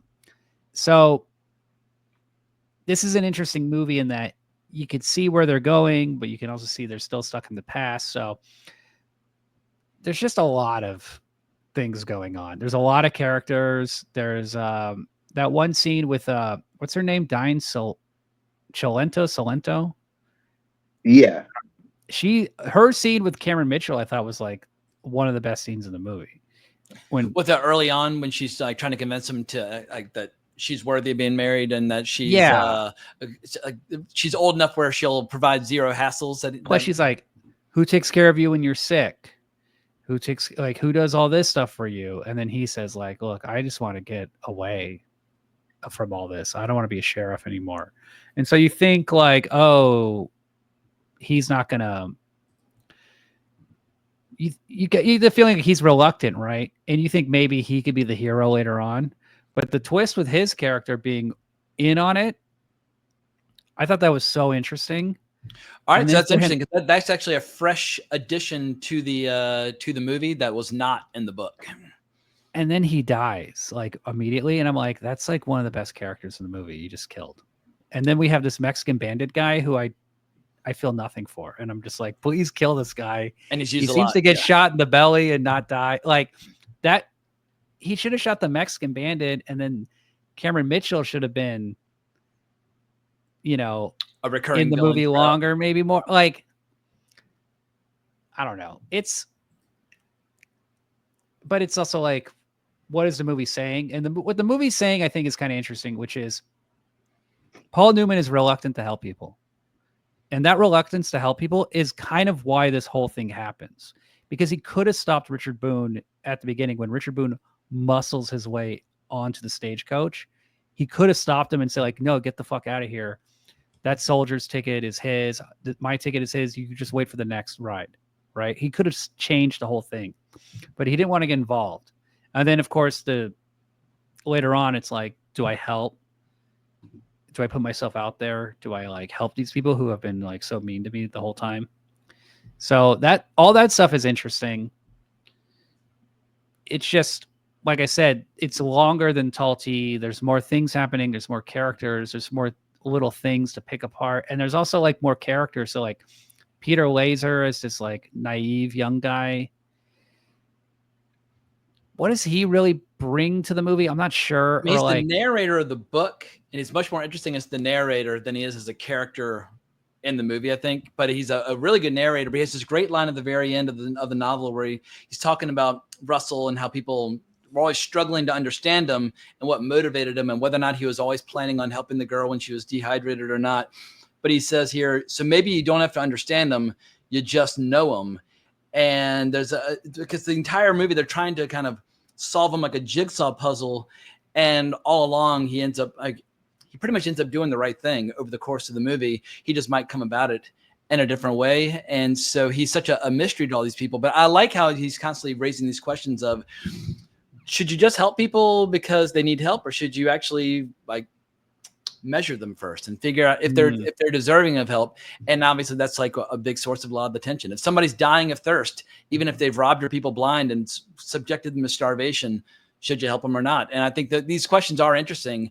And I think it also creates a little internal emotional turmoil in the audience as you're watching it, because there are no easy answers to these questions. And there's a lot of great scenes in the movie too. The character's he's a cipher because one, you feel that the reason he doesn't want to help any of these people is because they're whites. He's been raised by the Apache. He's seen he does not like the white world. He has no affinity for it. And these people don't give a shit about anyone. Why would he help these people? You know what I mean? In this civilization that he they're so mean to him. Just the fact that he's sympathetic to the Apache, they tell him like, we don't want you in the stagecoach. Mm-hmm. Yeah. Well, in the book, he's a third Mexican, so they kind of like they go, oh, is he actually Apache? They thankfully don't, they still want to kick him out, but they don't have that part, since Paul Newman is clearly would never be mistaken for a native. But the differences between between the book and the novel are interesting, and I wonder why some of those changes were made. I don't know if they felt certain things need to be fleshed out, or if they felt that having the girl who had been kidnapped by the Apaches would have sort of undermined their point. Like, there's a bit more complexity in the novel just because it is clearly sympathetic to the Apache, but it also doesn't like sugarcoat the things that they would do. Yeah, you know, like you're Whereas- totally on Russell's side when you're reading the book. But toward the end of the book, this girl talks about what would happen to an 8-year-old boy like my little brother who I saw running away and never saw again. And Paul Newman's like, all right, well, it depends upon whether or not they wanted him or not. But it's very blunt and matter of fact that they probably just killed him then and there because they didn't need him. Yeah, and I think that's kind of was part of the appeal is, you know, to be a you know, more pro native Western. And so I think that was probably just maybe one aspect of it. They didn't want to have that kind of complexity. Of course, they could have hired some Native Americans instead of those two guys at the beginning. I also was getting On Deadly Ground Steven Seagal vibes from this movie. The way he like beat the guy up at the bar and smashed him in the face. He's like, which I saw you share on social media. Yeah, so that like I could see like I said, I could see the future in this movie and what it was like. I could see the future of like Billy Jack. I see in this movie a lot. That, but fewer kung fu kicks. Yeah, Billy Jack was also the tall T. Yes, the character Billy Jack. But like the movie right here on this video. But the character Billy Jack, I could see similar to Paul Newman in this, like an inspiration in a way. Yeah, well, that sort of character. I mean, he's loosely based on a real person named Jimmy McKinn. That's the picture at the end of the movie. Where they show it's an actual photo of like a white kid with the Apaches, and he was like kidnapped in 1885 in New Mexico, and his brother, he was 11, and his brother was killed by Geronimo and his Apaches. His father went to look for him and found like his coat with a bullet hole through it, and just gave up, and I think ended up going insane. But anyway, he was brought back only after a few months living with the Apache, and he did not want to come back to the white world. He knew Spanish, he knew English, he would not speak them. But eventually he assimilated, got married, became a blacksmith, moved to Phoenix. He didn't go back with the Apache like this character. But also the character is like an archetype, which runs through many Westerns, and I think originates with James Fenimore Cooper, you know, like Last of the Mohicans and all that, the character of Natty Bumppo, which is like the white dude who, you know, gets adopted by a tribe or whatever. And it's, you know, it's like sometimes you're like, just make it about a native. Why does every single one of these have to be about a white guy but I also understand it from a storytelling perspective of like, you know, you want someone between both worlds who can, you know what I mean? And the story of going native or embracing a new culture is always interesting. Like, you know, Lawrence of Arabia, you've got this guy from England who's becoming obsessed with the Middle East, and, you know, people. Avatar. Yeah, it's just, yeah, exactly. Dances with Wolves. Yeah, I think people will always find these kind of scenarios fascinating where somebody rejects their own culture in favor of another and falls in love with it. Yeah, and so the other thing about the character though too is like, it's like, yeah, he doesn't stick in like, well, so for example, I don't see any reason, you know, like why he would want to stick up for some guy who's in the military. You know what I mean? Yeah. These are the people that are, you know, that are subjugating and slaughtering his people. So he's like, screw that. But whenever he went all this in the military, how come he didn't stand up for himself? When I watched that scene, I'm like, dude, like you're in the military. Yeah, like Richard Boone, he's intimidating, but everybody, I think it's everybody's carrying a gun, and like in theory, he's like, you know, should be more or less intimidating. But it is interesting seeing like which people have that kind of moral cowardice or physical cowardice and which people stand up for themselves. But yeah, Richard Boone, I guess he is a pretty intimidating guy, but yeah, I'm a little bit on Paul Newman's side where it's like, well, this guy's not going to stand up for himself. Why should I stick my neck out? Because he's going to fuck you up, dude. He's going to kill you. Spoiler alert. You're all going to die. Everybody's going to get wrecked. I mean, I think him being a military guy is also like, it makes Richard Boone even more badass, that he's even, you know what I mean? He can intimidate a soldier like that. But, and that's also a scene that Elmore Leonard does a lot where, like, I think in the Moonshine War, like there's a guy, they're in a diner and the guy's with his girlfriend, and one of the villains, like, that's a nice suit, you know? And then eventually he's like, I'll pay you for that suit. The guy's like, no. And he just like, I think pulls a gun or just intimidates him to take all his clothes, him and his girlfriend to take his suit off or something those like that. emasculation scenes where you just completely, totally disarm somebody and, castrate them publicly just through the power of your personality.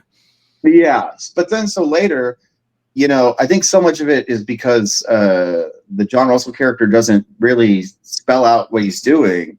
But like when he leaves them and they're like, we don't know where to go, he's leaving us, he knows that they're going to follow him. You know what I mean? He's kind of in a way helping them without, you know what I mean? But he's putting them through the ringer. You could interpret it that way. You could also interpret it that he's just trying to get away from them. No, he's definitely kind of teaching them a lesson, Yes. Survival. Yeah. Stop making mistakes. Stop drinking water when you're not supposed to. Stop. I mean, they would have died 10 times over if not for the fact that he's there to kind of show them the way. It's not like he's like, escorting them or protecting them, but just his presence alone.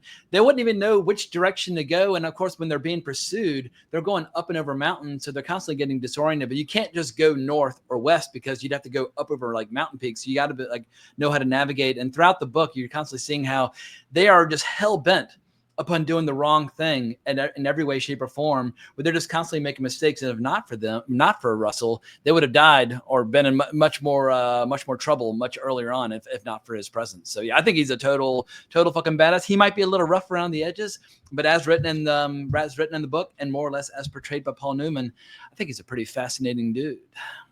Yeah. What I like that's spelled out more in the book is that, for example, when like Mendez screws up and fires too early and stuff, like he doesn't, in another lesser movie, he'd be like, you idiot, or something. It's done. He doesn't even acknowledge it. It's over. We're thinking about the next thing, and that's Mendez loses his nerve and they're ambushed, which would have been much more effective. He basically fires a shotgun very prematurely, and shotguns are great at short range. They'll rip you in two.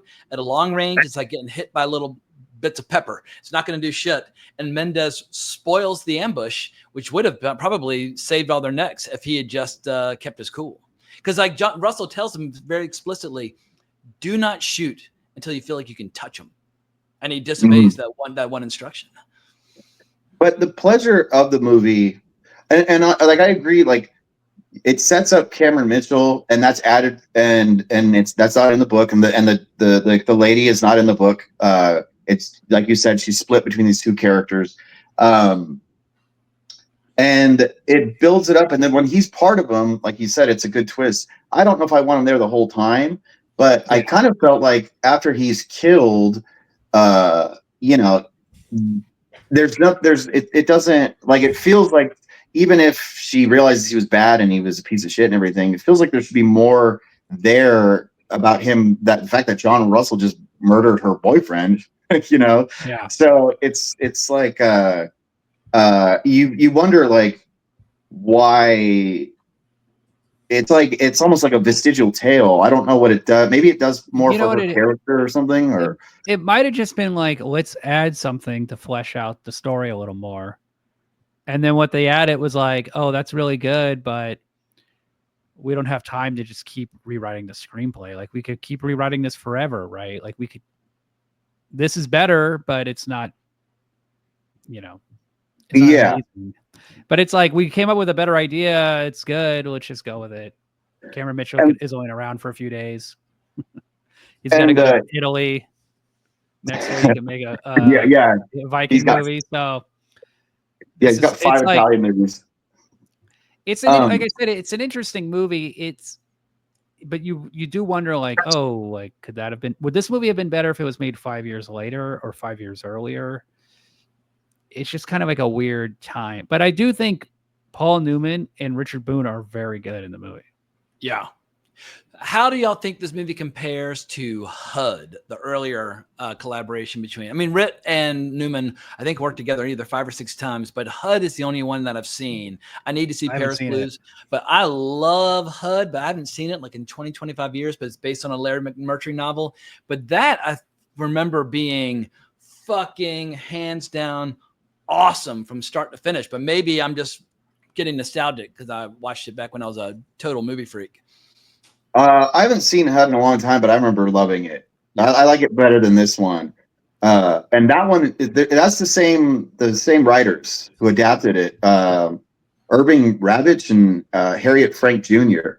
They also worked on like other westerns they did were like the Cowboys and Spike's Gang and stuff. But they, but yeah, they had done HUD, and that book, Larry McMurtry's book is called novel is Horsemen Pass By. That's what it's called, and they retain a lot of that, but they make big changes that are similar in a way because the what's her name? Why can't I think of it? The lady with kind of the scratchy voice in HUD. Diana Salento, that lady. No, in HUD. She's in Patricia something, or she's in the. I'm looking up right now. It is Patricia Neal, who's in Patricia like Neal, A yeah. Face in the Crowd and a bunch of other movies. Yeah, she in the novel, her character is a black woman. Interesting. And so I think that I think that was also Alma Brown. Yeah. Maybe So that's I think too on the nose. yeah, it kind of feels like maybe like in a novel that would work, but maybe in a film the whole film would become about that in a way, perhaps. I don't know what their reasoning is, but it is interesting that they make these changes in regards to race in both, in the terms of like not including the girl who had been kidnapped by the Apaches. Like there's like kind of trying to maybe soften some of the things that might throw an audience off. Well, I think if you have an interracial couple in a movie in like the mid 60s, then the movie has to be about an interracial couple. Yeah, like Guess Who's Coming In or whatever. Yeah, exactly. That's what I'm saying. Yeah, like it kind of the whole movie would just be that. Would be that. You couldn't have a movie with like Paul Newman and he just walks over and kisses a man for one scene. You're like, oh, yeah, his character is gay. I didn't realize. Yeah, just like that. That's something you could do now. But for me, the pleasure of this movie, and it's a simple pleasure, and also the book is that it's just fun to see this type of character. Just there's a setup to where you kind of have disdain, definitely for the Frederick March's character and his wife, and but everyone's kind of a weasel or a wiener in a way. And so it's fun to just have him just completely always like being no nonsense and putting them in their place. Like that is, it's enjoyable. And there's the novel also twists your response a little bit, because while it's very easy to think very little of the two favors, and like that scene early on when she's very dismissively saying like, I don't care how hungry I get, I would never eat dog. And he's like, yes, you would. You'd fight for the bones. And in the book toward the end, when she's dehydrated and in agony and screaming and so on and so forth, even though you have felt nothing but like hatred and contempt for her early on, I like it when a book kind of turns things around and forces you to feel pity for somebody that you have been disgusted with all the way through it. And so there are no easy answers in terms of how you want to read people or react to people, because even if people fill you with nothing but contempt early in the story, at certain points you might feel a little bit of pity. So yeah, Elmore Leonard, I feel like he's playing around with our expectations in an interesting way. I will say this though, if she was lined up in my sights, I would have shot her. I would have been like, oh.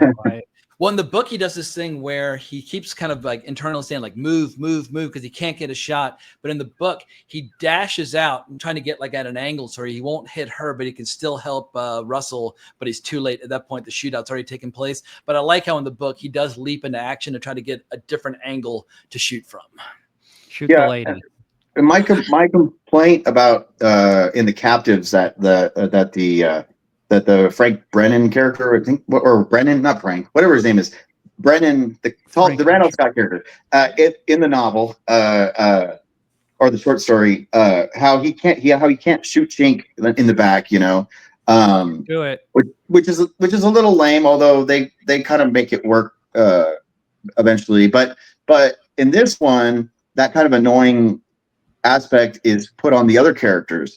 John Russell he does not care. He will shoot you in the back. And the best scene of the movie, and I think it's better in the movie than it is in the book, is when Richard Boone goes up to negotiate with them, and he's talking to Mendez, and then John Russell says, I just have one question for you. In the book, he talks a little bit more to him, and all that stuff before that. And I like that the Mendez is just talking, and John Russell's quiet, and then he says, "I got one question for you. How are you going to get down this hill?" It's that's my favorite thing in the movie. He falls.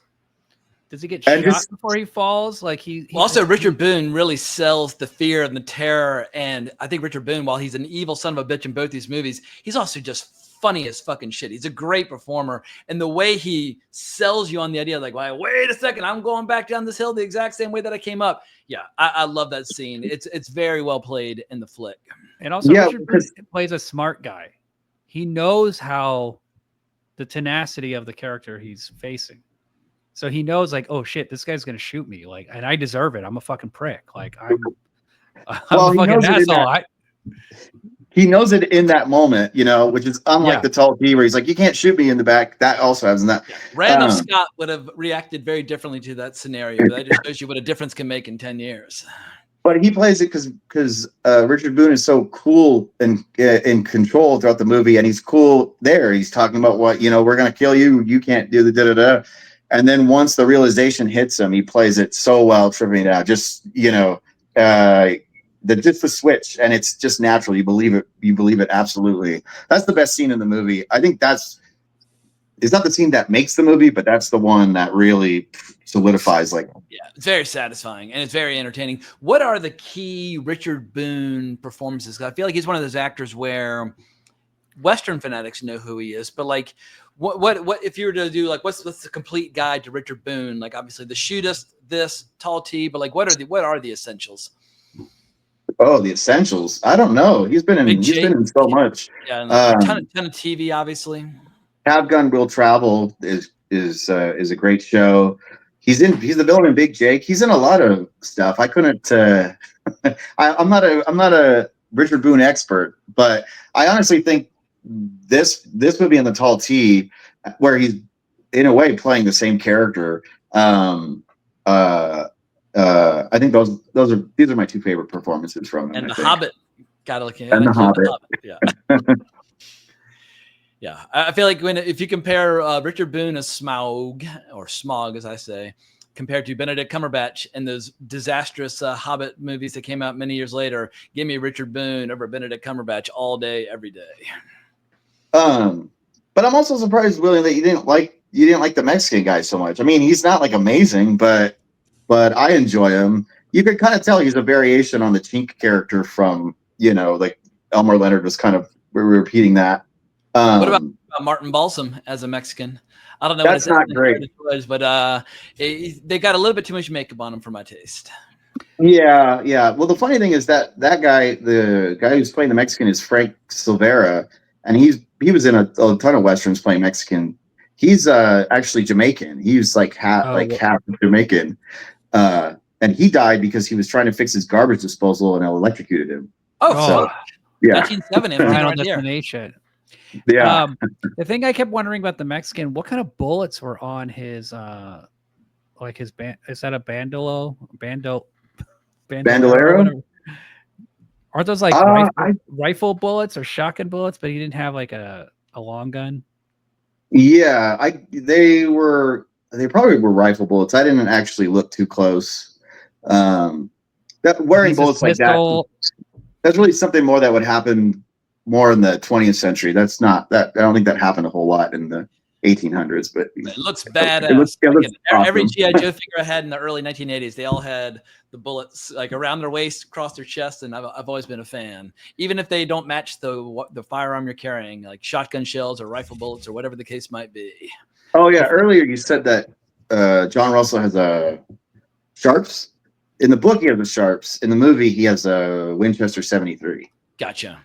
Just for the firearm nerds out there. The firearm in Veracruz that they said does everything but shoot around corners. What's the rifle they're talking about in Veracruz when Burt Lancaster has that line? Like they're admiring the rifle and he says it does everything but shoot around corners, and he sells that line so great. I don't know. That movie's all the guns in that are wrong. That movie's like way. Everything is anachronistic in that one, but I love it. You know. What I want to know is, did Paul Newman have a wig in the book that he keeps in a bag? Yes, yeah. Yeah, Really? the wig needed work early on. I remember when I first Why saw can't this the movie on character just VHS have back in long hair? college. I remember when I saw the long hair, I was like, you know what? I'm just not buying it. And there's something about the way he's standing there, like kind of holding his arms across. It felt too much like an affectation early on. But then I really start to grow to love the character. That's, I guess, the scene that really sells me is when he tells that girl that you would fight for the bones. Paul Newman really delivers that scene well. And so that's when I really started coming around on the character. And then now that I just finished the book this morning, now that I've read the book, I'm all in on John Russell. I think he's a dynamite character. But Paul Newman, like I said before, he would have to go to great lengths for me not to be in his corner, whatever the subject might be or whatever character might be playing, even when he plays a total piece of shit. And HUD, that's what's so confusing, is how here's the world's most beautiful man, and he's playing a guy where he is willing to sell diseased cattle to make a quick profit, even if he knows that it might cause like a pandemic, bringing ruin to the state. But he doesn't even hesitate for a second. And it's just like, yeah, he's playing pure scum. And I always love it when a gorgeous man plays someone who's got like a heart of darkness. Yeah, I think he's really good in this movie. He's not like ideal casting, but I think he does really well with it. He said that as research, he went to an Indian reservation, and he, for I don't know how many days he stayed out there or whatever. But I think he said the only thing that he really got from it was he saw a guy standing outside of like a country store at the beginning of the day, and then later in the day he was still standing there in the same pose. And he said that guy's pose, my whole performance came from that. That my whole performance was based on this one maybe that's native guy standing outside it.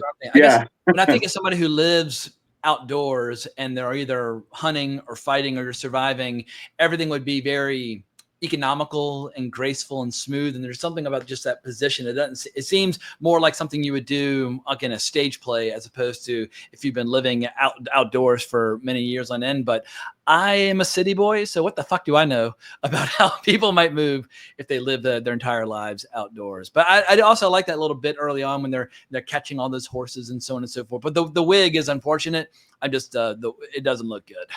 Yeah, He just have long hair, right? He should just be a guy with long hair. It's like, why is he cutting his hair?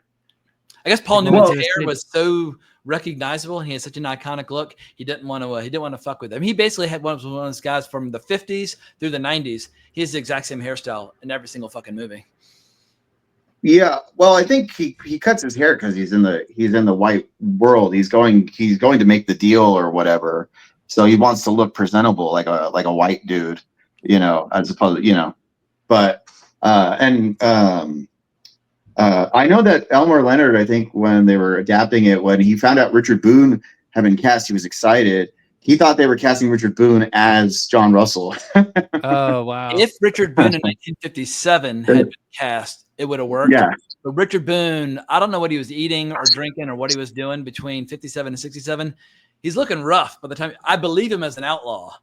I would not believe him as somebody who's lean and mean and living off the land at all. He's got too much city living on that face. But David, if you were to hypothesize, what do you think Richard Boone was doing to himself in the 10-year interim between movies to get that appearance? Oh, I think booze. Yeah. Tofu, yoga, living good, living clean. Green tea. Yeah, green tea. Girlfriend in Malibu, just walking on the beach, taking it easy. Running, jogging. Yeah, but I guess it is important that Paul Newman is so white, has piercing blue eyes for the contrast of the character, that he grew up around the natives, but he's obviously a white guy. If you have a guy who's like, I don't know, Charlie Sheen, I don't know, like a guy with a long hair and. But also, I kind of I was thinking of Once Upon a Time in Hollywood too, of that thing of like. He's kind of like a hippie. There's kind of like a hippie thing or a biker thing or like a new generation thing about him for a Western hero. Yeah, we were right on the cusp of all the hippie Westerns, but maybe not quite there. But yeah, like Easy Rider and all like the Wild Angels and like all those motorcycle movies, they were coming, but this movie still feels a little bit square, a little bit old fashioned. And if it had been made in the 70s, I don't know if it would have been better or worse. I guess it would depend upon who was making it, because as Lambert has pointed out, in my mind, I always think that the 70s was like the great heyday of all these magnificent Westerns. But as Lambert pointed out years ago, if you really get down to it, there are only a couple from the 70s that are really fucking good, like McCabe and Mrs. Miller and Pat Garrett and Billy the Kid. But it's not like there's a big laundry list of amazing Westerns made in the 1970s. They just have that great atmosphere and aesthetic, and they're all kind of muddy and dirty and filthy. Maybe this movie would have benefited by having a little 70s in it, but we'll never know. But maybe Martin Ritt wasn't the guy to make it. Yeah,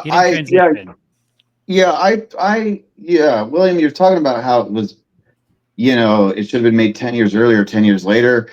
I mean, there are. I said, would it be better? Would it be? I was saying as a hypothetical. Could it? I don't think it would be.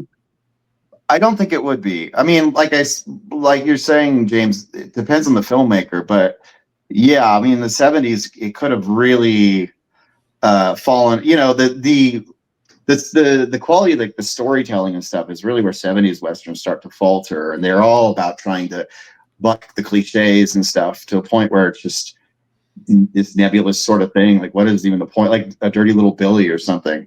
Yeah. But if Robert Aldrich had made it like in the early 70s, who knows? It might have been more effective. I don't know. Maybe Martin Ritt was just an odd choice to direct, but he was so fucking good with his direction of HUD. I get why he would get the gig. Yeah, and the ruthlessness of it would not play as well, I think, in 10 years earlier. It would have been tough to imagine a movie in the 50s that would have been able to handle like more or less like kind of a pro-Apache protagonist, because in the 50s we're still getting people like Scar and the Searchers, where they're a little bit more kind of generic and one-dimensional. And so, yeah, imagine it took the civil rights movement of the 60s and that sort of thing, where you can make a mainstream movie with like such a pro-Apache point of view. Well, what if it was directed by Don Siegel and starred Clint Eastwood, and they made this instead of the... What was that? What if it was like Don Siegel and Clint Eastwood? No, I don't know about that. I don't know. But I was gonna, because that's what it leads into, right? Is this more like Clint Eastwood? Like, I guess you have Fistful of Dollars right around this time, and he's kind of like or even earlier, silent anti-hero, kind of like Paul Newman. So, you're right. This character is sort of of that era. Yeah. So like James, you're saying, like, there have been Westerns, a lot of Westerns, like for example, The Devil's Doorway, the Anthony Mann Western is definitely a pro-native movie, explicitly so, and a very bitter one.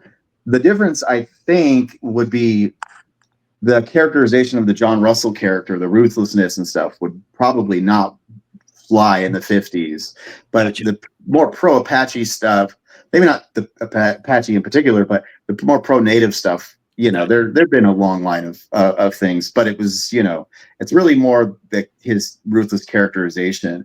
But William, you do some animation or something, right? Yeah. Or you were okay. What'd you think about that animated bullet hit in that guy's face? The digital squib or the optical animated thing. I mean, I've never really seen anything like that in terms of blood. They literally it's hand-drawn animation of blood splatting on his face. I mean, that's the kind of thing I'm saying. Like, Bonnie and Clyde is 67, right? Yep. So, where you famously have that shot of like the guy trying to get into the car, looking at the window and getting a shot point blank in the face, which, is not... Everybody likes to say that was the first time it had been seen, which it was not, but it was definitely very impactful on viewers at that time.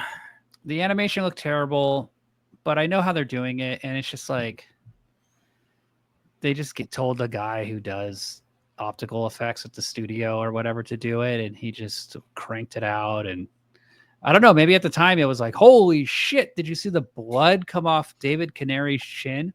And what's funny is I recognize that actor because my mom used to watch All My Children. And I remember I used to play twins, like an evil twin and a good twin. But he was on Bonanza, I guess, and I've never seen that show. So I didn't realize he was a Western guy.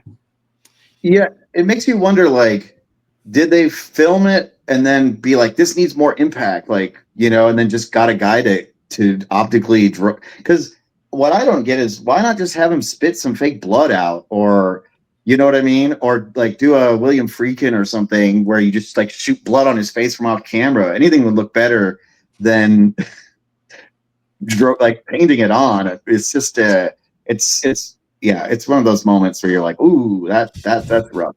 Yeah, I would almost prefer just to have the old 50s style where people would just fall down. They get shot and there's no blood, there's no bullet holes, people just fall down. And that's how it worked for many, many years. Yeah. And now all squibs are like that. So yeah. Well, they also don't even want to do after Rust, they were talking about what if we don't even have blanks? Yeah. No, you have digital muzzle flare on guns and it looks atrocious. And my attitude is either make it convincing or just take the guns out of your story entirely. And there's some exceptions, but you see a lot of movies now with digital arterial blood spray when someone gets shot and a digital muzzle flare. And it immediately takes you out of the movie because it's just so immediately obvious what they're doing.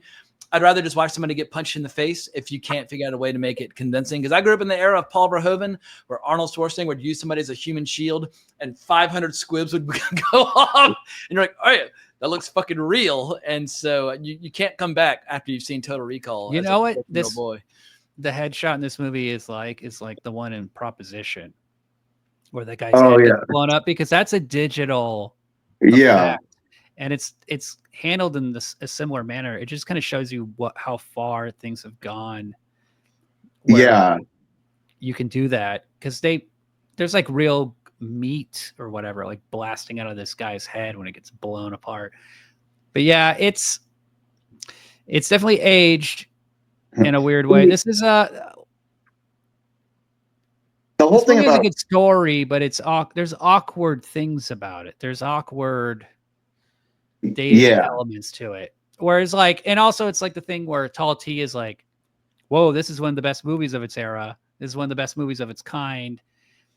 This movie is like really talented people, but it's not the best. It's not the worst. It's enjoyable. You can see why the story sucks you in. But there's just visual things that kind of stick out. Yeah, there's also like the scene where they're at night and it's not day for night, but it's a very strange, like just a big light that seems to be kind of following them. And I'm opposed to like more recent movies where you can't see anything, because they're trying to be more realistic. But it did feel a little like it just looked like they had a big spotlight on them as they're supposed to be like moonlight or something. So the whole Rust thing about that is, like, in terms of blanks and accidents, there's been like in the history of film like 3 incidents, and like Brandon Lee. I said the guy who pointed a gun to his head, but like The Crow, it's only because Alec Baldwin is a big actor that killed someone. People get killed with stunts and things all the time, but an actor doesn't do it. So everyone's like, we got to get rid of blanks. It's like the shitty movie, The Whole 10 Yards, the sequel to The Whole 9 Yards, The Whole 10 Yards, that movie. There was a stunt in that movie that went wrong. It's kind of funny, but it's like horrifying. A guy was on a parachute and he just like went into the ocean and then just like went away.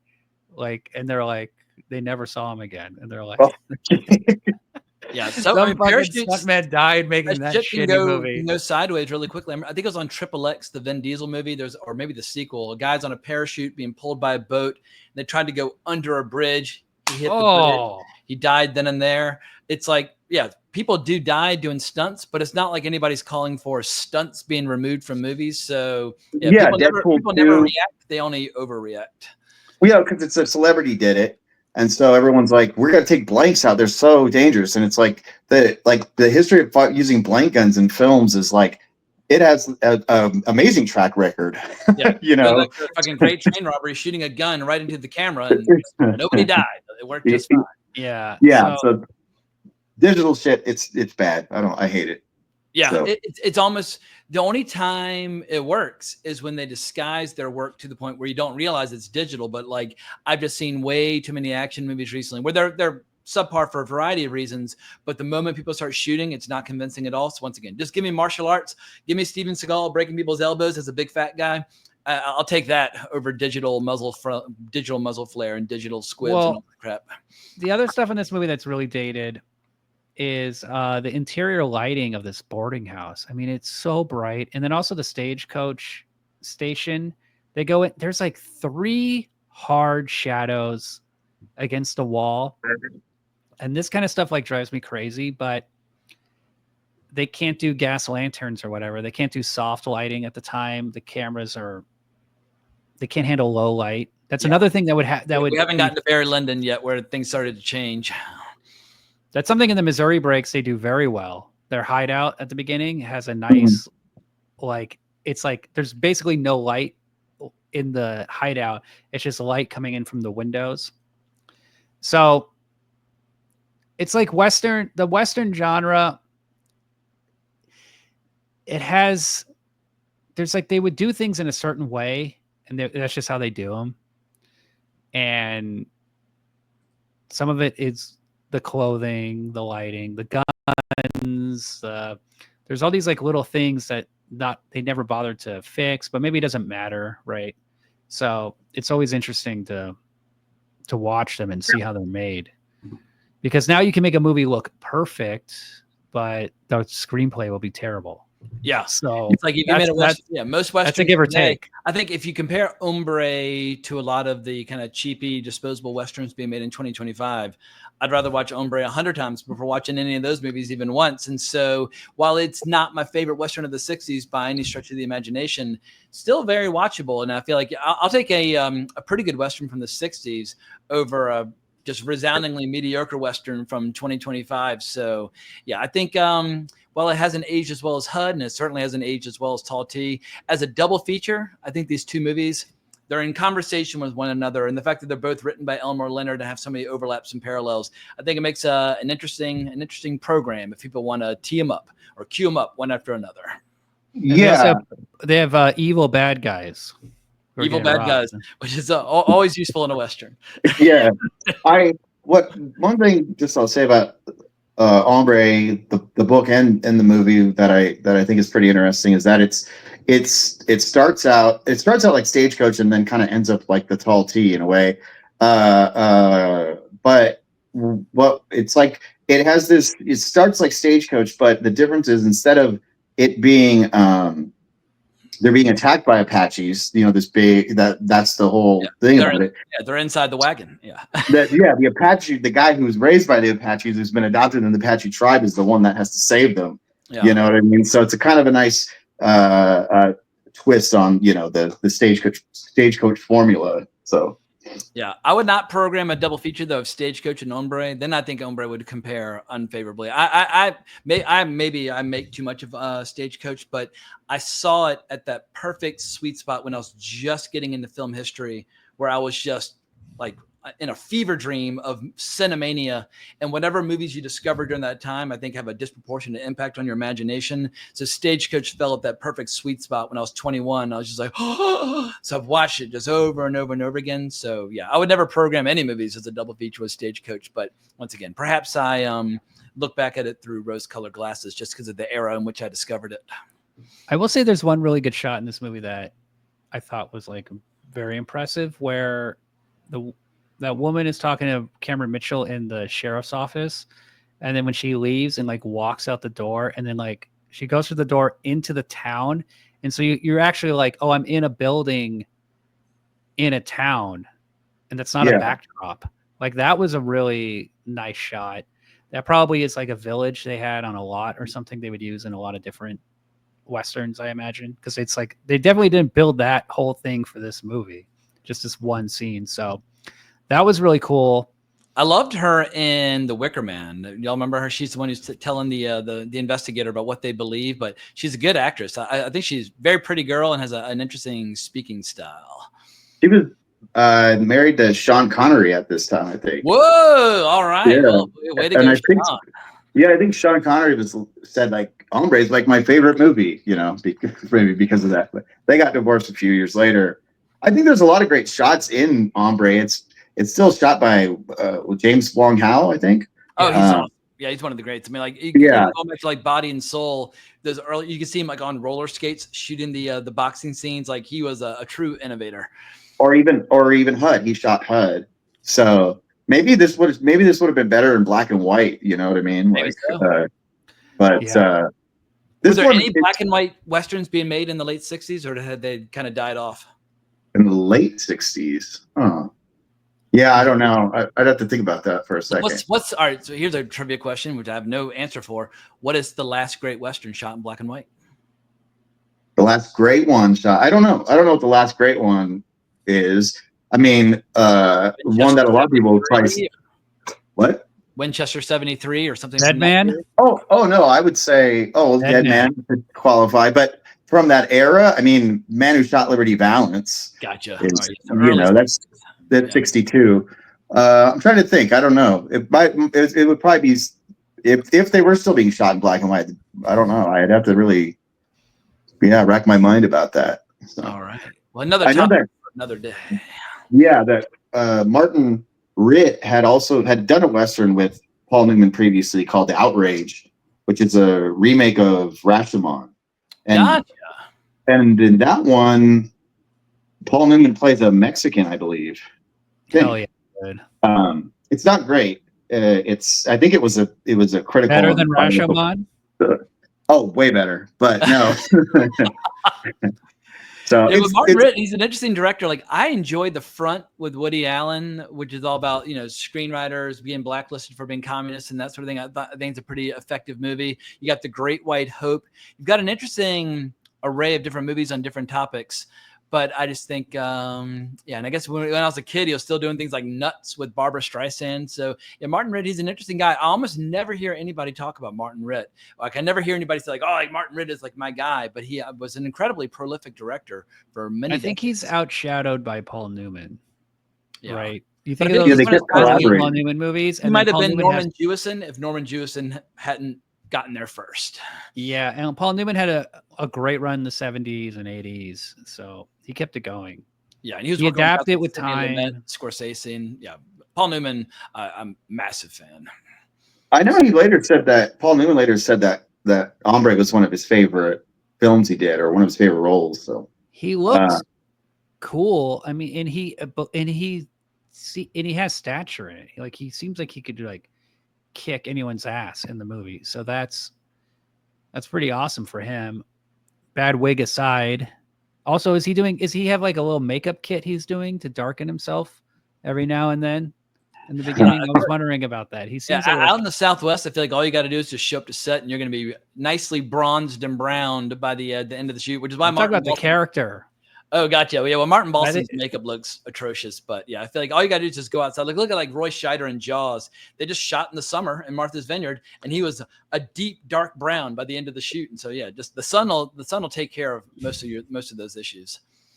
Oh yeah, for sure. What was I going to say? I had some other thing to say. Oh well, I forgot. Not that good. Probably not that. Let's start winding things down because I know that I think one or both of you've got to go to work pretty soon. Final thoughts on Leonard or on either of these movies? Anything we did not get to that we overlooked, or so on and so forth, before we start wrapping this up. I mean, they got good premises. He seems to know how to have a good premise for a story and good characters. An interesting villain and hero. Isn't that his whole thing? That they share similarities. All right, here's a final question for movie nerds. Is Elmore Leonard better at Westerns or better at crime stories? I haven't read enough of his crime stories. Yeah. Cuba Libre is a nice hybrid where it's not a Western because they're in Cuba, Spanish-American War, but it's written like a Western. It feels like a Western. It feels like Western characters have suddenly shown up like in this war story, but it's an interesting story that's difficult to categorize, and it's like a men in prison movie and all kinds of different things, or story. It's not a movie, but Elmore Leonard, I'm probably more attached to his crime stories just because I was in my 20s when all those movies were being made. Get Shorty, Jackie Brown, and Out of Sight. But a case could be made that he was better at writing Westerns, but obviously he saw that. Aren't these crime stories? Yeah, there's crime stories in a different period. But I guess I draw a distinction between crime for me. But you know what I mean? Like, this is essentially a crime story. There's like a Prohibition era crime story. I feel like maybe Prohibition era is when like gangster movies and crime stories really start to take root. And yeah, but I'm not too married to my specific definitions, but I would draw a distinction between movies like Get Shorty or stories like Get Shorty versus stories like 3:10 to Yuma, which feel like definitely classic Westerns. Yeah, I think that he's probably was more in his element with his crime stuff, but I think most of the Westerns that I read from him are pretty good. Yeah. I know that he said different things like in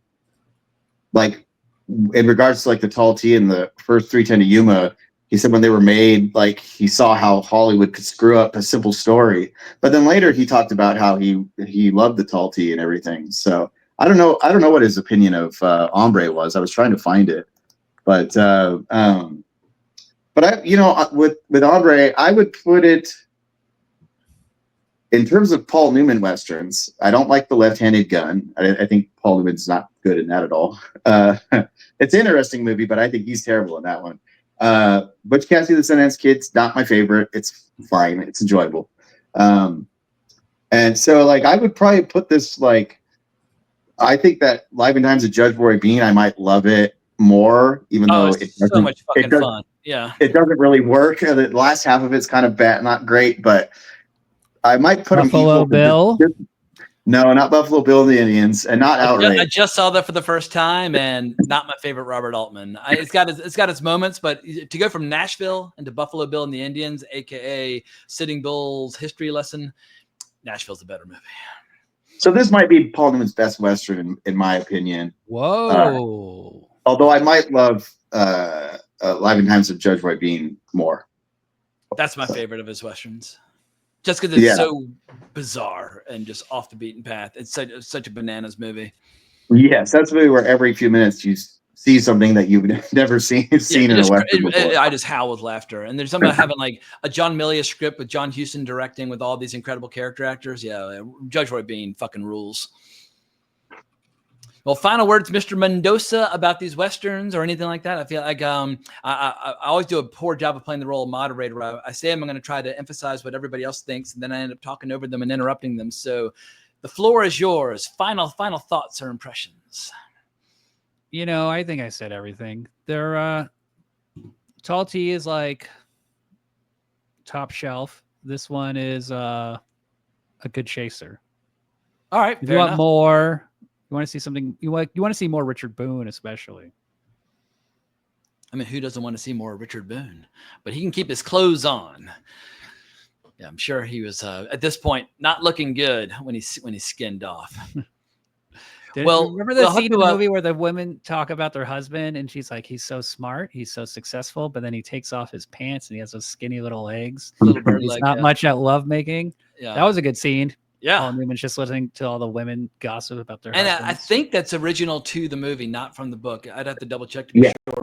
She's talking about how she was infatuated with him as a student and fell in love with his mind, but not much of a lover. Yes, that's original for the movie. Yeah. Well, anyway, I always love talking Westerns. I always love having an excuse to read some original source material, especially when it's nice and short. So for anyone out there who likes some nice short Westerns for reading, definitely recommend The Captives. I definitely recommend Hombre. Yeah, and of these movies, I think Tall T is definitely one of the best Westerns I've ever seen, and you can watch it over and over and over again and never get tired of it. But Hombre, like I said, my dad's seen it 20 times. There are definitely people out there who fucking love Hombre, but we'll have to do some brainstorming and figure out another topic where we can rope in Christopher Funderburg. It's a shame he was not able to join us today, but Mr. Funderburg, we wish you the best, and we look forward to talking with you about flicks in the not so distant future. But as a way of putting a stamp on this, where can people find you online? What can people consume when it comes to your content? Now is the time to plug and promote whatever you're working on. Follow me on follow my Men on Film Pod X account. That's where I post stuff. That's where you can find me. And then you'll get the podcast, you'll get everything. Any 3D animation that we can look forward to, and any flicks that you're proud of? I mean, I haven't worked on a movie in a while, so I got nothing. Coming out. Apart from kick-ass episodes of Men on Film Pod. Yeah. Mr. Lambert, what about you? Oh, well, I already said at the beginning, David Lambert Art, Twitter and everything. Can I do my wrap up of the movies real quick? Oh, yeah, totally. Yeah.